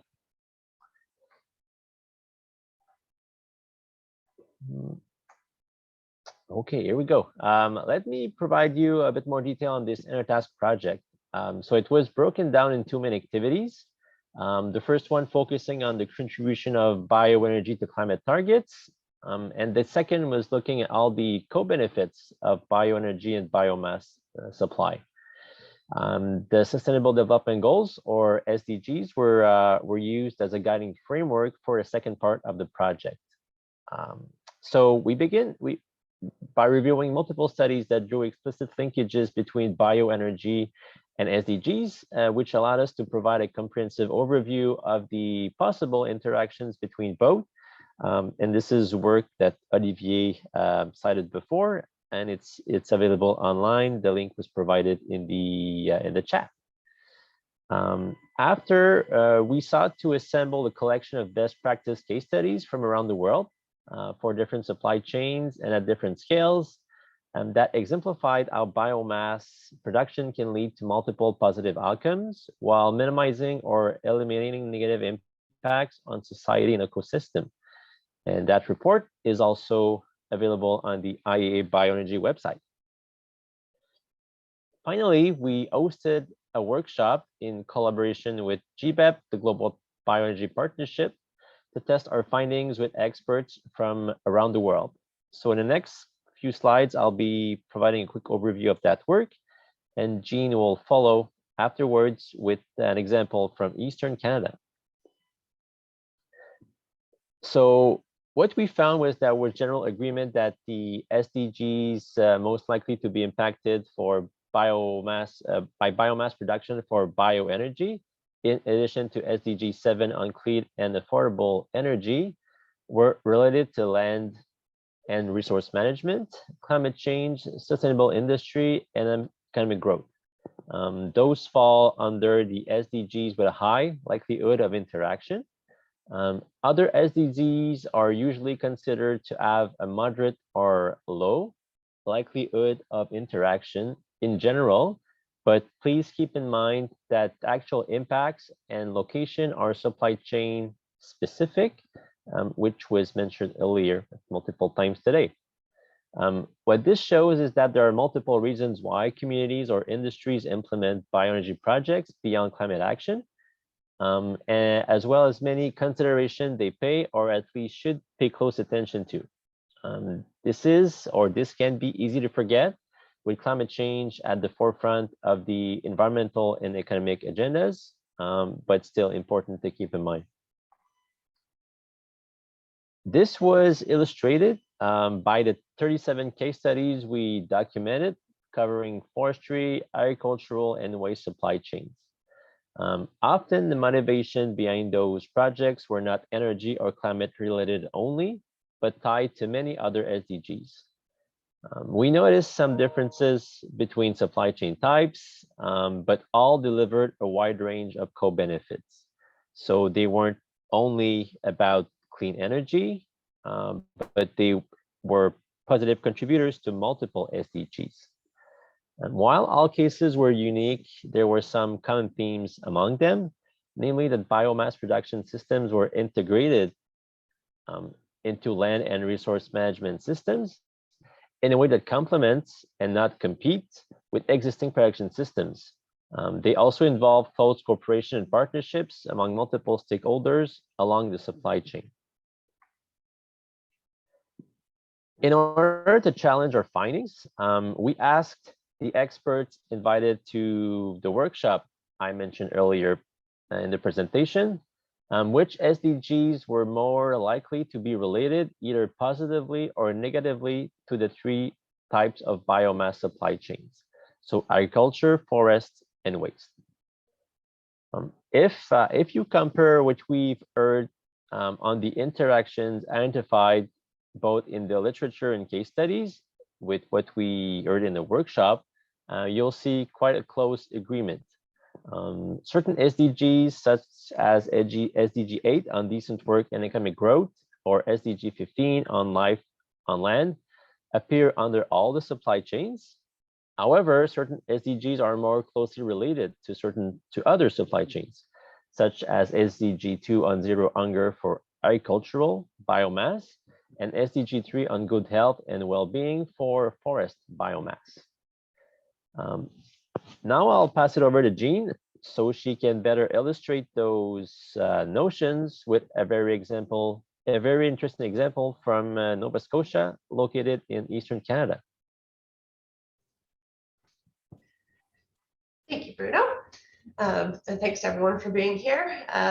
So as Bruno said, I worked with him on a lot of the sort of higher level work while I was with Natural Resources Canada. But my work now, which is largely supported by Natural Resources Canada, is focused in Nova Scotia on the east coast of Canada. And is really more on the implementation side, working with communities and municipalities to decarbonize building heat using local forest biomass in district energy systems where it makes sense, so in towns and larger population centers. And I've also got an ongoing research project working to sort of build some social acceptance around the use of forest biomass for energy in Nova Scotia, largely through educating about the co-benefits. So sort of from a government perspective, or municipal perspective at least, decarbonizing building heat is a primary motivation for developing bioenergy in Nova Scotia. Just for some context, about half the buildings in the province are still heated with fuel oil. Natural gas, which is a primary heating fuel and a relatively inexpensive heating fuel across much of the rest of Canada, is only available in the large cities in Nova Scotia. And unlike much of Canada, the west of Canada, in Nova Scotia, it's entirely imported from the US, and the natural gas is still more expensive, is a lot more expensive in Nova Scotia than in other parts of Canada. And then on top of this, more than half the electricity in the province is still generated by coal, the output of which is increased in the winter to meet demand from electric heating. So at least at this point, heat pumps are not very effective from an emissions reduction standpoint when we're looking at decarbonizing building heat and the overall energy system. So reducing emissions and decarbonizing the energy system is a primary motivation, as I said, for developing bioenergy in Nova Scotia. But there are, of course, many co-benefits, and it's these co-benefits, or in many cases, the potential for negative impacts from biomass supply, that are usually most important to sort of the average person, the people living in the communities. So it's important to communicate these clearly and with messaging that's going to resonate with the local populations we're trying to reach. So here on this slide, you can see I've summarized some of the co-benefits that are linked directly to the use of forest biomass to fuel community district energy systems in Nova Scotia. I won't go through all of them. As you can see, they link to several SDGs, sort of in line with a lot of my earlier work with Bruno and what we've seen in the previous presentations. And the points in bold on this slide are really the messages that we anticipate being most important to the people in the communities we're working with, and so have been the focus of our communications. And these key messages generally revolve around sustainable forest management, economic development, particularly rural development, and secure and affordable energy. Next slide, please, Bruno. So in deciding which messages to focus on, it's important to understand the local context and the issues in order to effectively communicate the co-benefits and to address the concerns that people might have throughout the project planning to ultimately achieve local buy-in.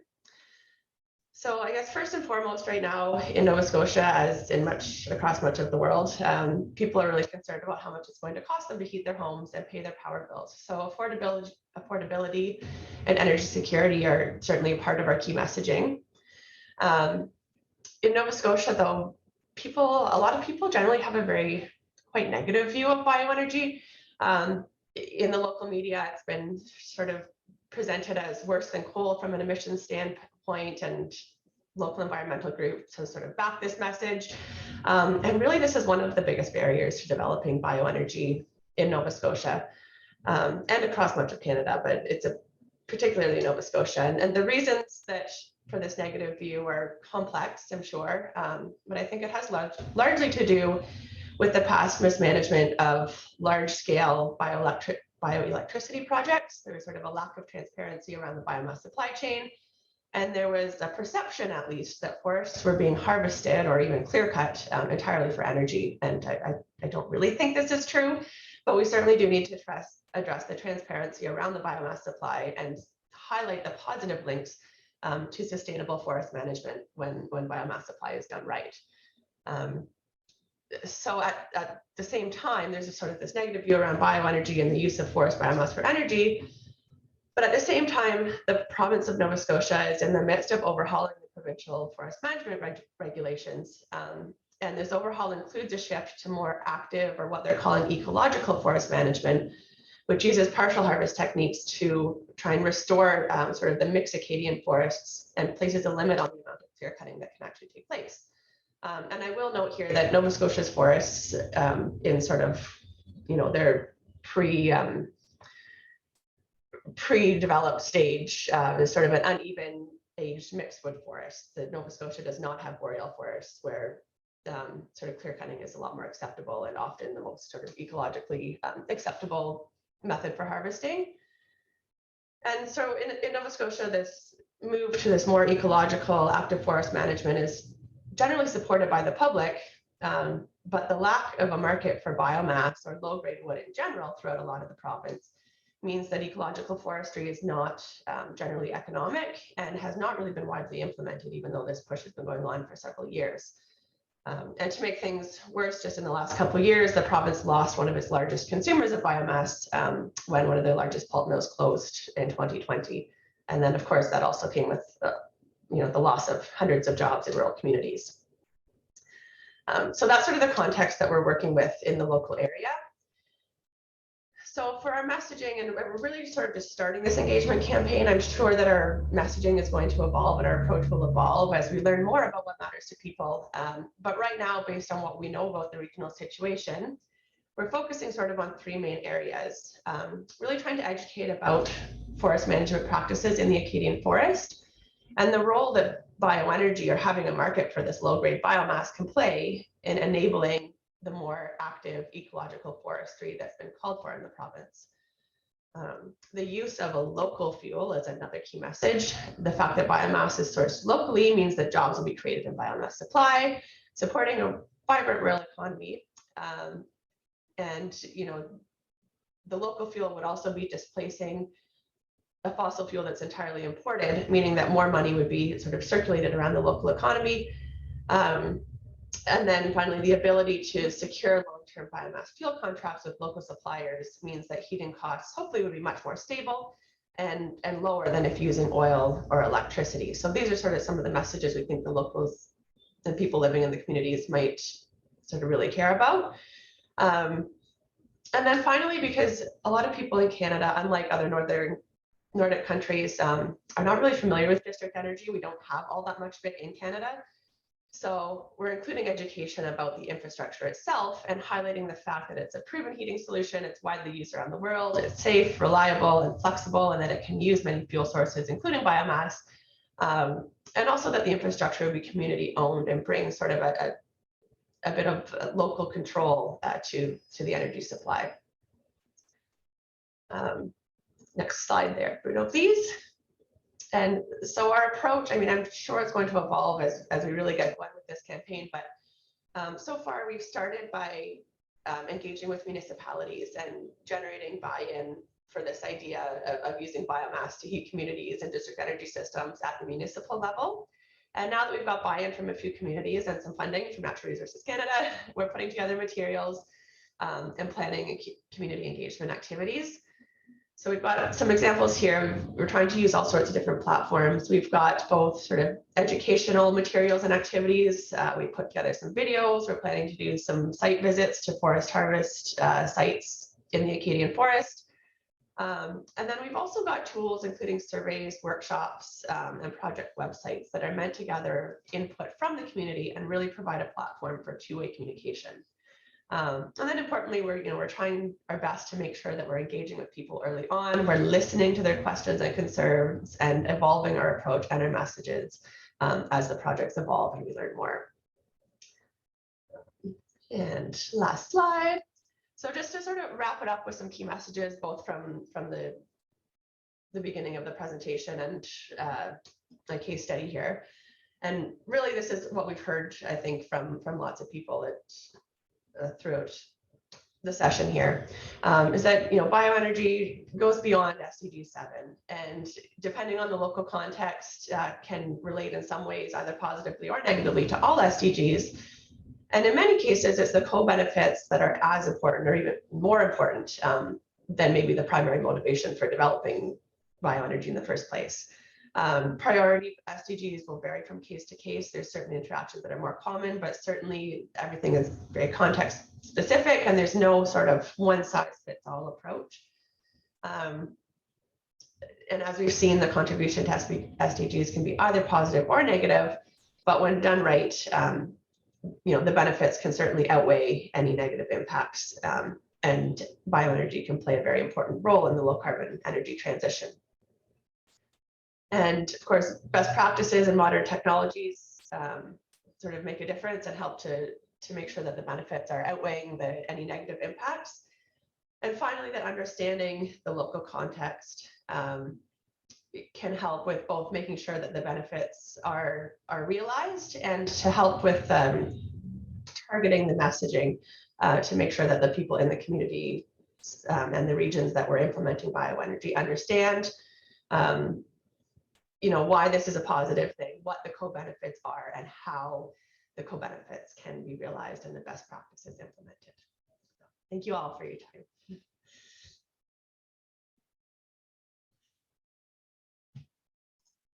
Thank you. Thank you so much for your presentation. You've given a very good overview of the connection with SDGs and also on the importance of the public section of behavioral changes, which are very, very important. So with this panel, we've done an overview of several aspects, co-benefits from several parts of the world.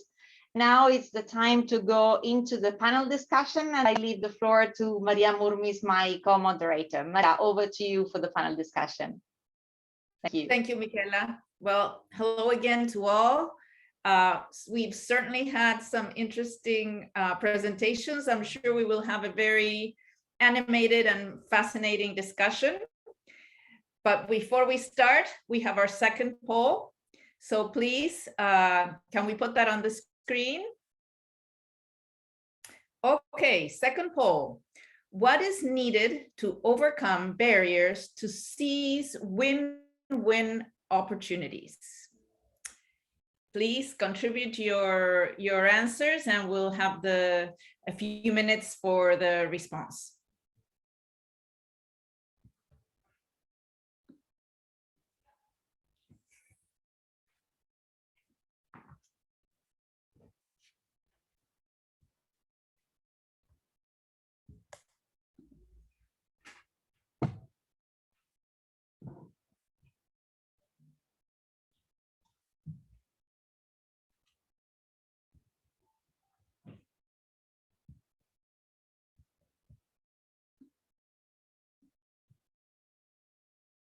Many options. We need time to look at all the options, to read all the options.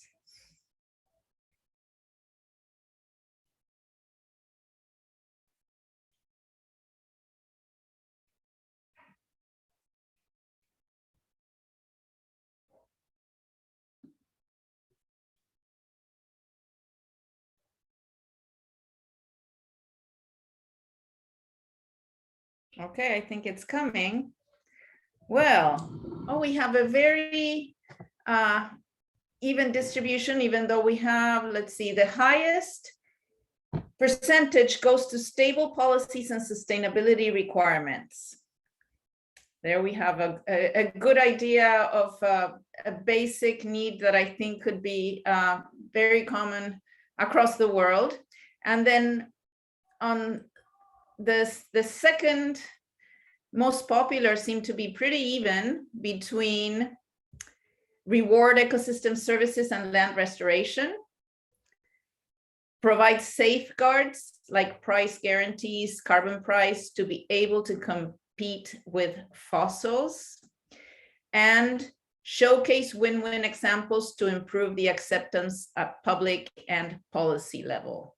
So that seems to be basically the, oh no, I miss actually a second most popular option that before, right after stable policies, we have organized connections between biomass suppliers and off-takers through biohubs and cooperatives. So we've got those two as the main answers, and on the second tier are the other three that I mentioned. They seem to be equally distributed. So with that food for thought, I think we can open up for questions. And I was thinking of starting with some questions to galvanize the initial discussions to all the panelists. And you can raise your hand if you want to answer them. On one side, the pandemic slowed down energy efficiency progress, but on the other, there is a general and global effort to achieve SDGs. SDGs has become more evident. The pandemic helped to make the need to achieving SDGs more evident, including SDG 7. How are the projections on world efforts to meet the SDG 7, to meet key SDG 7 targets? Do we have any speakers that want to contribute to that? To that question? Have the projections changed? How has the pandemic changed our need, our projections, our capability of achieving them, the priority of the SDGs? Any thoughts on that? The pandemic seems to be a before and after. Okay, Ba, please, the floor is yours. Thank you very much. Yeah, it's an interesting question. But I would like to take it up, further to, I don't know if I can, that is to include, the current, geopolitical situation, that's the war in Russia or in Ukraine. Yeah, I think the pandemic has really opened up opportunities, big opportunities, where I think the world has come to realize that depending, on fossil fuels alone is not the way. In addition to meeting the SDGs, so the pandemic has opened up opportunity, especially for us in Africa. That has been, a thought that this is an eye opener. In many instances that, yes, we have to take advantage of our renewable energy potential, which we are not utilizing at the moment. So, and I believe that it has, at least at our end, it may be difficult to meet the SDG targets because there are a lot of factors, including financing. But then, I think the desire is there once we are able to have the political will, to be able to take up that advantage. Thank you, Ba. Anyone else? Any thoughts on that? Oh, Connie, please go ahead. Thanks. Yeah, I agree with Ban. I just wanted to add that I think that it also, especially for bioenergy, has made a lot of countries realize that they have national resources that can be utilized to improve their energy security and also energy diversity. So from that point of view, I think that bioenergy has got a bit of a boost maybe in public perception as one of these options that we can use to improve energy security as well. I think that's another big thing. Thank you, Connie. Yes, I was thinking actually, I wonder if you have, oh, there, please, Bruno. Yeah, maybe building on Ba and Connie's comments. So at the start of the pandemic, at least in Canada, we saw quite a sharp decline in fossil fuel prices. And people were wondering, well, like, what does that mean for bioenergy? Does it make it less competitive? What about all the industries on which we rely to supply residues that are used for bioenergy? Are they still going to keep on functioning as before?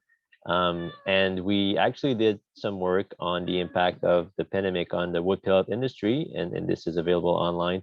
But we found that after a couple months of uncertainty, things picked up and went back to normal. And then if we're looking at the situation now, because of the situation in Ukraine, fossil fuel prices are quite high. So the situation changed drastically between 2 years ago, where bioenergy faced maybe uncertain prospects in a situation with low carbon, low fossil fuel prices, and then now with more ambition on climate change, but also very, very high fossil fuel prices, which drive the adoption of other sources of energy, including bioenergy. Yes, thank you, Bruno. I was thinking that maybe originally, I also following up on these questions, originally bioenergy was mostly thought of as something related to substituting fossil fuels, and what the pandemic and also the situation now is giving us is more of an idea that the world has to work in a different fashion. Like, we can't go back to normal. It's not all about climate change, it's about sustainability. And maybe bioenergy can be part of this transition. I wonder if you have more thoughts on that. Bioenergy, I think, has been strengthened in its role as a sustainable alternative, not only a climate change alternative, but a more broadly sustainable alternative as part of, this reset that some talk about. No. So, any other thoughts on that issue? If not, we can go to more specific questions. Some of you had questions on the Q&A that we were not able to answer during the presentations. So I will take those questions in order of presenter. We have one question on specifically the sustainability indicators for Olivier. And it says, I agree we should make use of the sustainability indicators set that has already been developed. I am wondering if the SDG indicators, especially 2.4.1, which is agriculture sustainability handled by the FAO, is useful for monitoring sustainability of bioenergy systems. Is this indicator made for agricultural sustainability useful for monitoring sustainability of bioenergy indicators? What do you think, Olivier, and anyone else that might want to contribute? Is Olivier there? Anyone else have thoughts on that? No, I'm here. Oh, there. No, if it's about sustainable production of biomass, sure. Be it for food or for bioenergy, if it's produced sustainably, the indicator can be used. I mean, for us, we always see sustainable bioenergy as part of sustainable biomass production, i.e., can contribute to responsible agriculture and sustainable agriculture. So we're talking about the primary stage of bioenergy, biomass production. Connie? What are your thoughts? Yeah, thanks very much, Maria. Yeah, I agree with Olivier, and as GBEP, we also contributed to that process of the development of the set of indicators for 2.4.1. And in terms of the agricultural stage there, the indicators are actually quite similar to, for example, the GBEP indicators in terms of especially the environmental and the economic factors. Obviously, you have in terms of then the other stages of the bioenergy production also needs to be ensured that those stages are also sustainable, and you have different different stages along the value chain where maybe it's not covered by the biomass production. But in terms of biomass production in an agricultural sense, then yes, they're very, very relevant, I would say. Yes, it has a specific relevance to that stage of the production process. Thank you. Next question for Olivier. Can you provide more detail on how advanced feedstocks can compete with food? Yeah, sure. If you take residues to produce bioenergy, which normally are used for soil fertility or soil cover, then you might hamper the quality of the soil that is used to produce food. So that's one thing. If you use residues to produce bioenergy that are normally used to feed livestock, then you will need other types of feed for the livestock. And so you might need more land to produce that feedstock, which normally you can take from residues. I think there's a figure somewhere. I think that at least in India, 40% of the animal feed comes from residues from agriculture. So if you don't have that, then you need to find it somewhere else. And if you use land to produce monocropping of energy crops, then that land might compete with its use for producing food. So these are the obvious things that come to mind. Thank you. Right, thank you. But somehow there is a popular, like in the general public, there might be the idea that because they're advanced, or the word advanced is used, that they are more sustainable in quotations than traditional biofuels. And here we have a comment from Jorge Hilbert from Argentina. If we look closely to traditional biofuels, we found in his studies, he found that they increase rather than decrease food availability. Do you have a comment on that? Would you say that that is the case in your experience? Well, as I was saying before, I mean, in FAO, we start always from the case. And in some cases, it can increase food availability. In other cases, it can decrease. I'll give you one example. In Tanzania, we did a study on the bioenergy potential for, again, it was cassava, I think. And it changes from province to province. If the food price increases and you have a lot of wealthy farmers, then it's good for them because the food, they can sell their crops for a higher price. If you have more consumers and less wealthy farmers that actually buy a lot of food, then it's not good for them. And this was changing from province to province.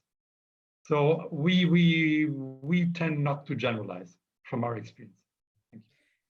Yeah, that sounds very very much appropriate. One of the lessons that we can't generalize with, throughout the world. Do any of the other speakers have, from their experience, examples that they can give us on food availability and biofuels and traditional biofuels? Do you have any thoughts on this? For example, I don't know if Eduardo has any thoughts on this issue and on price stability too, which sometimes biofuels are accused of influencing price stability negatively, whereas in his presentation, he mentioned that they contribute to price stability. So I was wondering if you had any thoughts on this, Eduardo. Well, not really. We don't have definitive information. There are some studies developed by FAO sometime in the past that clearly showed that the bioenergy, the eruption of bioenergy markets in the market has acted as a stabilizer for the price of some major crops, acting as a price floor in many cases, and the empirical evidence. However, there are some markets that are so much, they have so many interventions that is it's difficult to generalize from specific experiences. But the economic theory would point in that direction. Energy prices or bioenergy prices will tend to have a more stable behavior, and given certain percentage of the crops going to these markets, or actually their role in increasing opportunities for farmers in terms of where do they channel their production. More alternatives would mean more stable prices for them. I mean, it's economic logic. If I may ask, Maria, several years ago, we did a bit of a gray study. And basically, if you produce a lot of the same feedstock, be it for food or for bioenergy, then you have the choice to go from one to the other in terms of depending on the market situation if you are in a food crisis. But it depends also how fast you can switch from, let's say, production of fuel to production of food and vice versa. And apparently, if I remember well, it was faster to do that in the case of sugar in Brazil than in the case of corn in the US. Don't ask me the details, but I mean, if you start switching and you say we need to use more of the feedstock to produce more food, and by the time you manage that, the food crisis is over, then what's the point? So there are a lot of factors that come into the picture, and again, it's difficult to generalize. Yes. Connie, please. Yeah, if I may, I mean, I saw that Jorge had written a lot of comments in the Q&A related to this kind of topic, and in the same way that it could be negative. It's definitely negative for us to generalize to say that there are the food versus fuel in terms of first generation. I also think that it could be dangerous for us to make the opposite assumption that from one case study saying that production of biofuels, first generation biofuels, has a positive effect on food availability, not just food availability, but food security more generally. In terms of some of the assessments that we've done across the world, it's always been dependent on the amount of production of the feedstock in the country, the percentage of that that's being used for bioenergy. That could be a very large percentage or a very small percentage, and this will always have an influence on the impact on food security at the local level and also at the national level, and also more generally even at an international level. If we're looking at, for example, more recently we looked at soy in Paraguay, and obviously the exports of that has a big impact also on international price of soy. So I think that as we've said before, I don't think it's very useful for us to make generalizations based on first generation, second generation, but rather to say we need to look at the specific case in that country and say whether that's sustainable or not. Yeah, thank you, Connie. I think that's a very important qualification. Eduardo, you had a comment? Yeah, I think that another issue that we have to factor in is that of the type of infrastructure that the biofuel industry is faced. I mean, some preliminary evidence, in Argentina shows that when you go to lower scale, smaller scale biorefineries, as we have a few experiences in this country, will have even a more stabilizing effect on the commodity markets. But in this particular case, these are smaller scale facilities that are located on the edges of the maize producing region. And what happens is that as we look at the production, the incorporation of cereal production into the agronomic rotation in those regions has increased quite significantly because of the larger opportunities for use of the crop, which is a very significant environmental benefit, a sort of co-benefit in this case. I think that it's difficult to generalize, but again, I reaffirm economic theory would say that the diversification of uses will tend to more stable prices, and more stable prices definitely benefit the farmers. Yes, definitely. Well, what I see from this discussion is that we're talking about very specific circumstances. Things depend on very specific circumstances. And at the same time, there's a lot of popular thought about bioenergy, sometimes against bioenergy. And what that leads me to is one of the general questions we had for this session, which is how to communicate the benefits of bioenergy. What are the best ways, or how can we change these, let's say, prejudice against bioenergy, and what is the best way to communicate its benefits and to promote politically its benefits, which leads us to policy. Blas? Thanks, Maria. I think this is what you said is a very interesting point.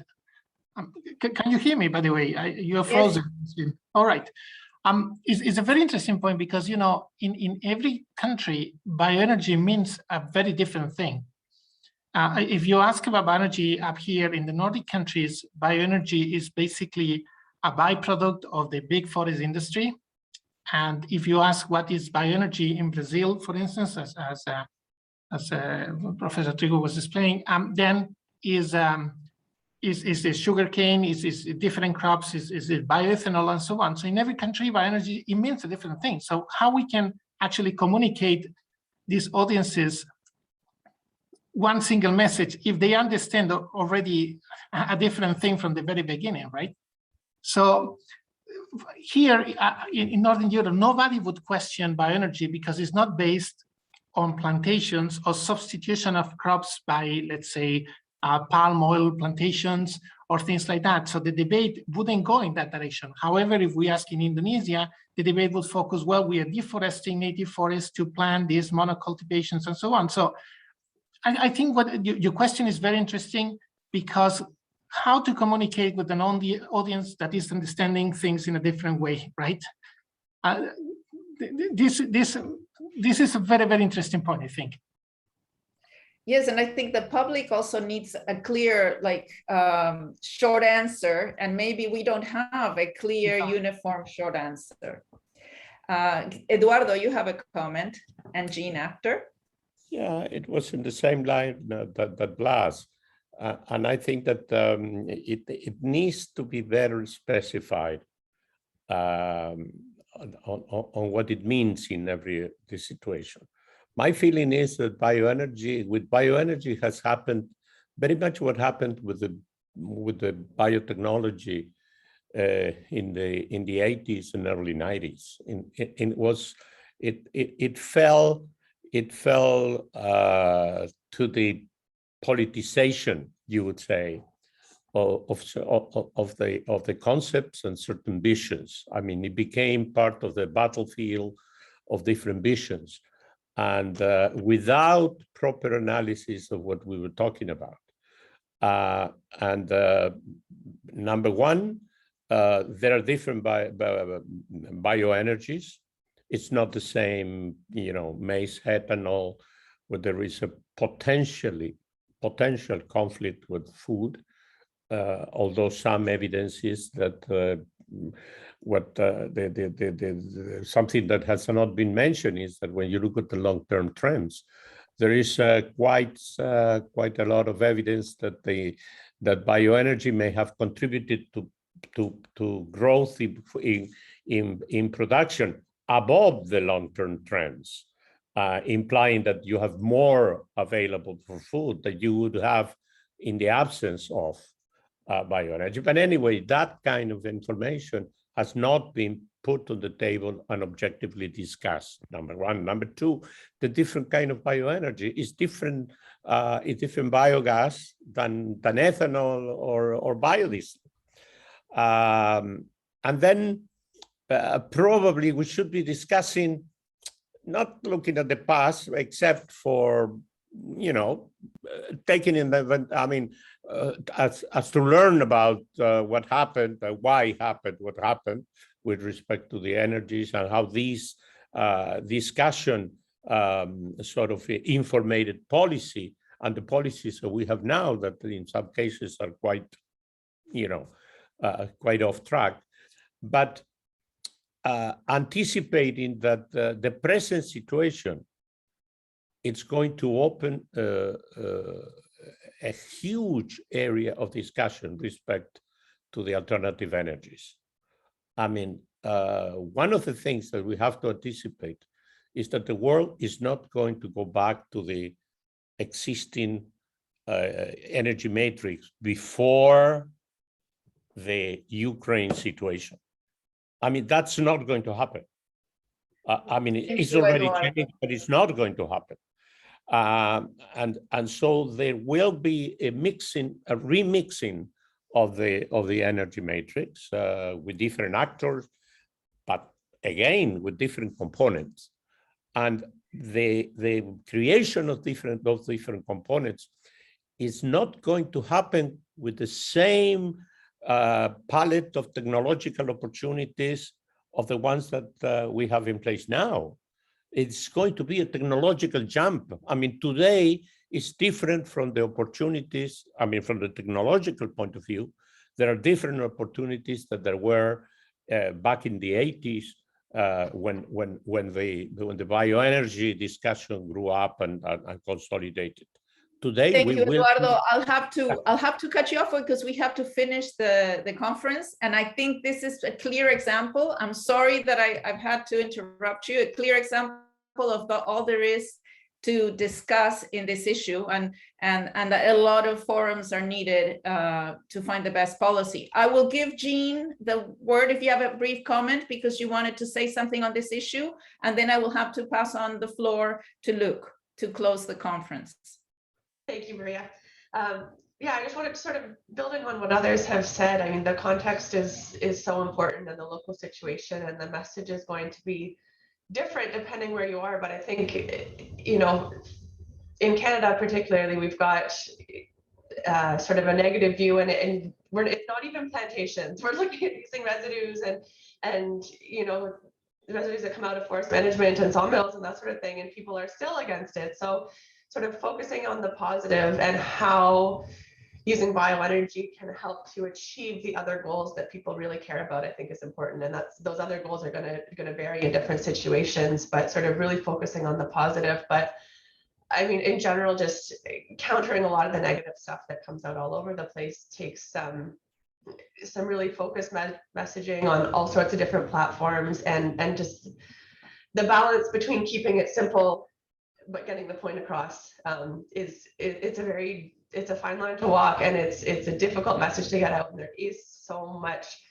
many complex issues surrounding the use of biomass for energy. So trying to educate but also get the message out there using different platforms and trying to keep it as simple as possible without losing information is a big challenge. But I think we're starting to get better and better, and as sort of an industry and as a sector, we need to continue with our marketing, really, is what it's coming to. Thank you, Jean. I think you wrapped up the conclusion to this discussion very well. The diversity of situations and the diversity of answers and focused answers, as well as there are a lot of issues that remain open to be discussed, and I hope there'll be further opportunities. So thank you all for your comments and your presentations. And Luke, could please go ahead, you have the floor. Okay, I have the final say in this conference. So thanks really very much for both the moderators and also the speakers for today, but also from yesterday. I think it was really good. And it's also something in the background of our idea also at IEA Bioenergy, is that we're always confronted with people saying, well, these are all the risks related to bioenergy. How can you manage the risk, or how can you set them aside? How can you avoid things? But we saw also in recent years, well, we have to focus more and more on what's the opportunities and it's also the co-benefits. And indeed, in terms of climate, which we discussed yesterday, there's a lot of benefits, clear benefit. Of course, there are unsustainable practice. That's something you need to avoid, but there's really a lot of benefit of how you manage forests, for instance, how you manage degraded areas, and there's a lot of systems where bioenergy can make a big difference. So I think that's something we have to bring to the foreground also, and communication, where you closed in this session, is really the crucial thing to do that. Also with the message that everything is context specific, but also with kind of promoting or bringing forward clear examples of how things can be done right. So the done right thing comes back quite a lot. We have biogas done right in Italy, but I think bioenergy done right as a concept is really something important, which is context specific, of course. Something to remember also from IPCC from yesterday is, well, you have the energy crisis on the one hand, which we discussed, but you have the climate crisis on the other hand. All the scenarios that they have in IPCC actually have a big role of bioenergy. So it goes from 15% on the low side to 30% on the high side of the energy mix. So it's really big. Well, it also requires a growth that we need in biogas, going to bioenergy, but also to the bioeconomy. There's the negative emissions thing, which also becomes important with CCS, but I think biochar is one popping up also more and more important as well. But this what also came back yesterday, and I think today also, is that you have to look into the system. So not just saying, well, here is an actor which is producing energy. You have to look at the agricultural system, how bioenergy fits into an agricultural system or into a forestry system. It really can add things to that. And if you look at it in an integrated way, in an integrated management, it makes a much more sense than if you look at it just as this one thing going to energy. So a number of good messages I think we have from these two sessions. A lot of things. Yeah, I wrote down a lot of notes also, so it's also my job to make a summary of this workshop and the two sessions in the coming weeks. So I'll get back to the speakers for that as well. But again, big thanks to all the speakers, to all the moderators, to everybody who contributed to the workshop, and all the participants, of course, which I hope also learned a lot from these sessions. And thanks, and we'll meet again in one of our next webinars or workshops or conferences. So goodbye to everybody.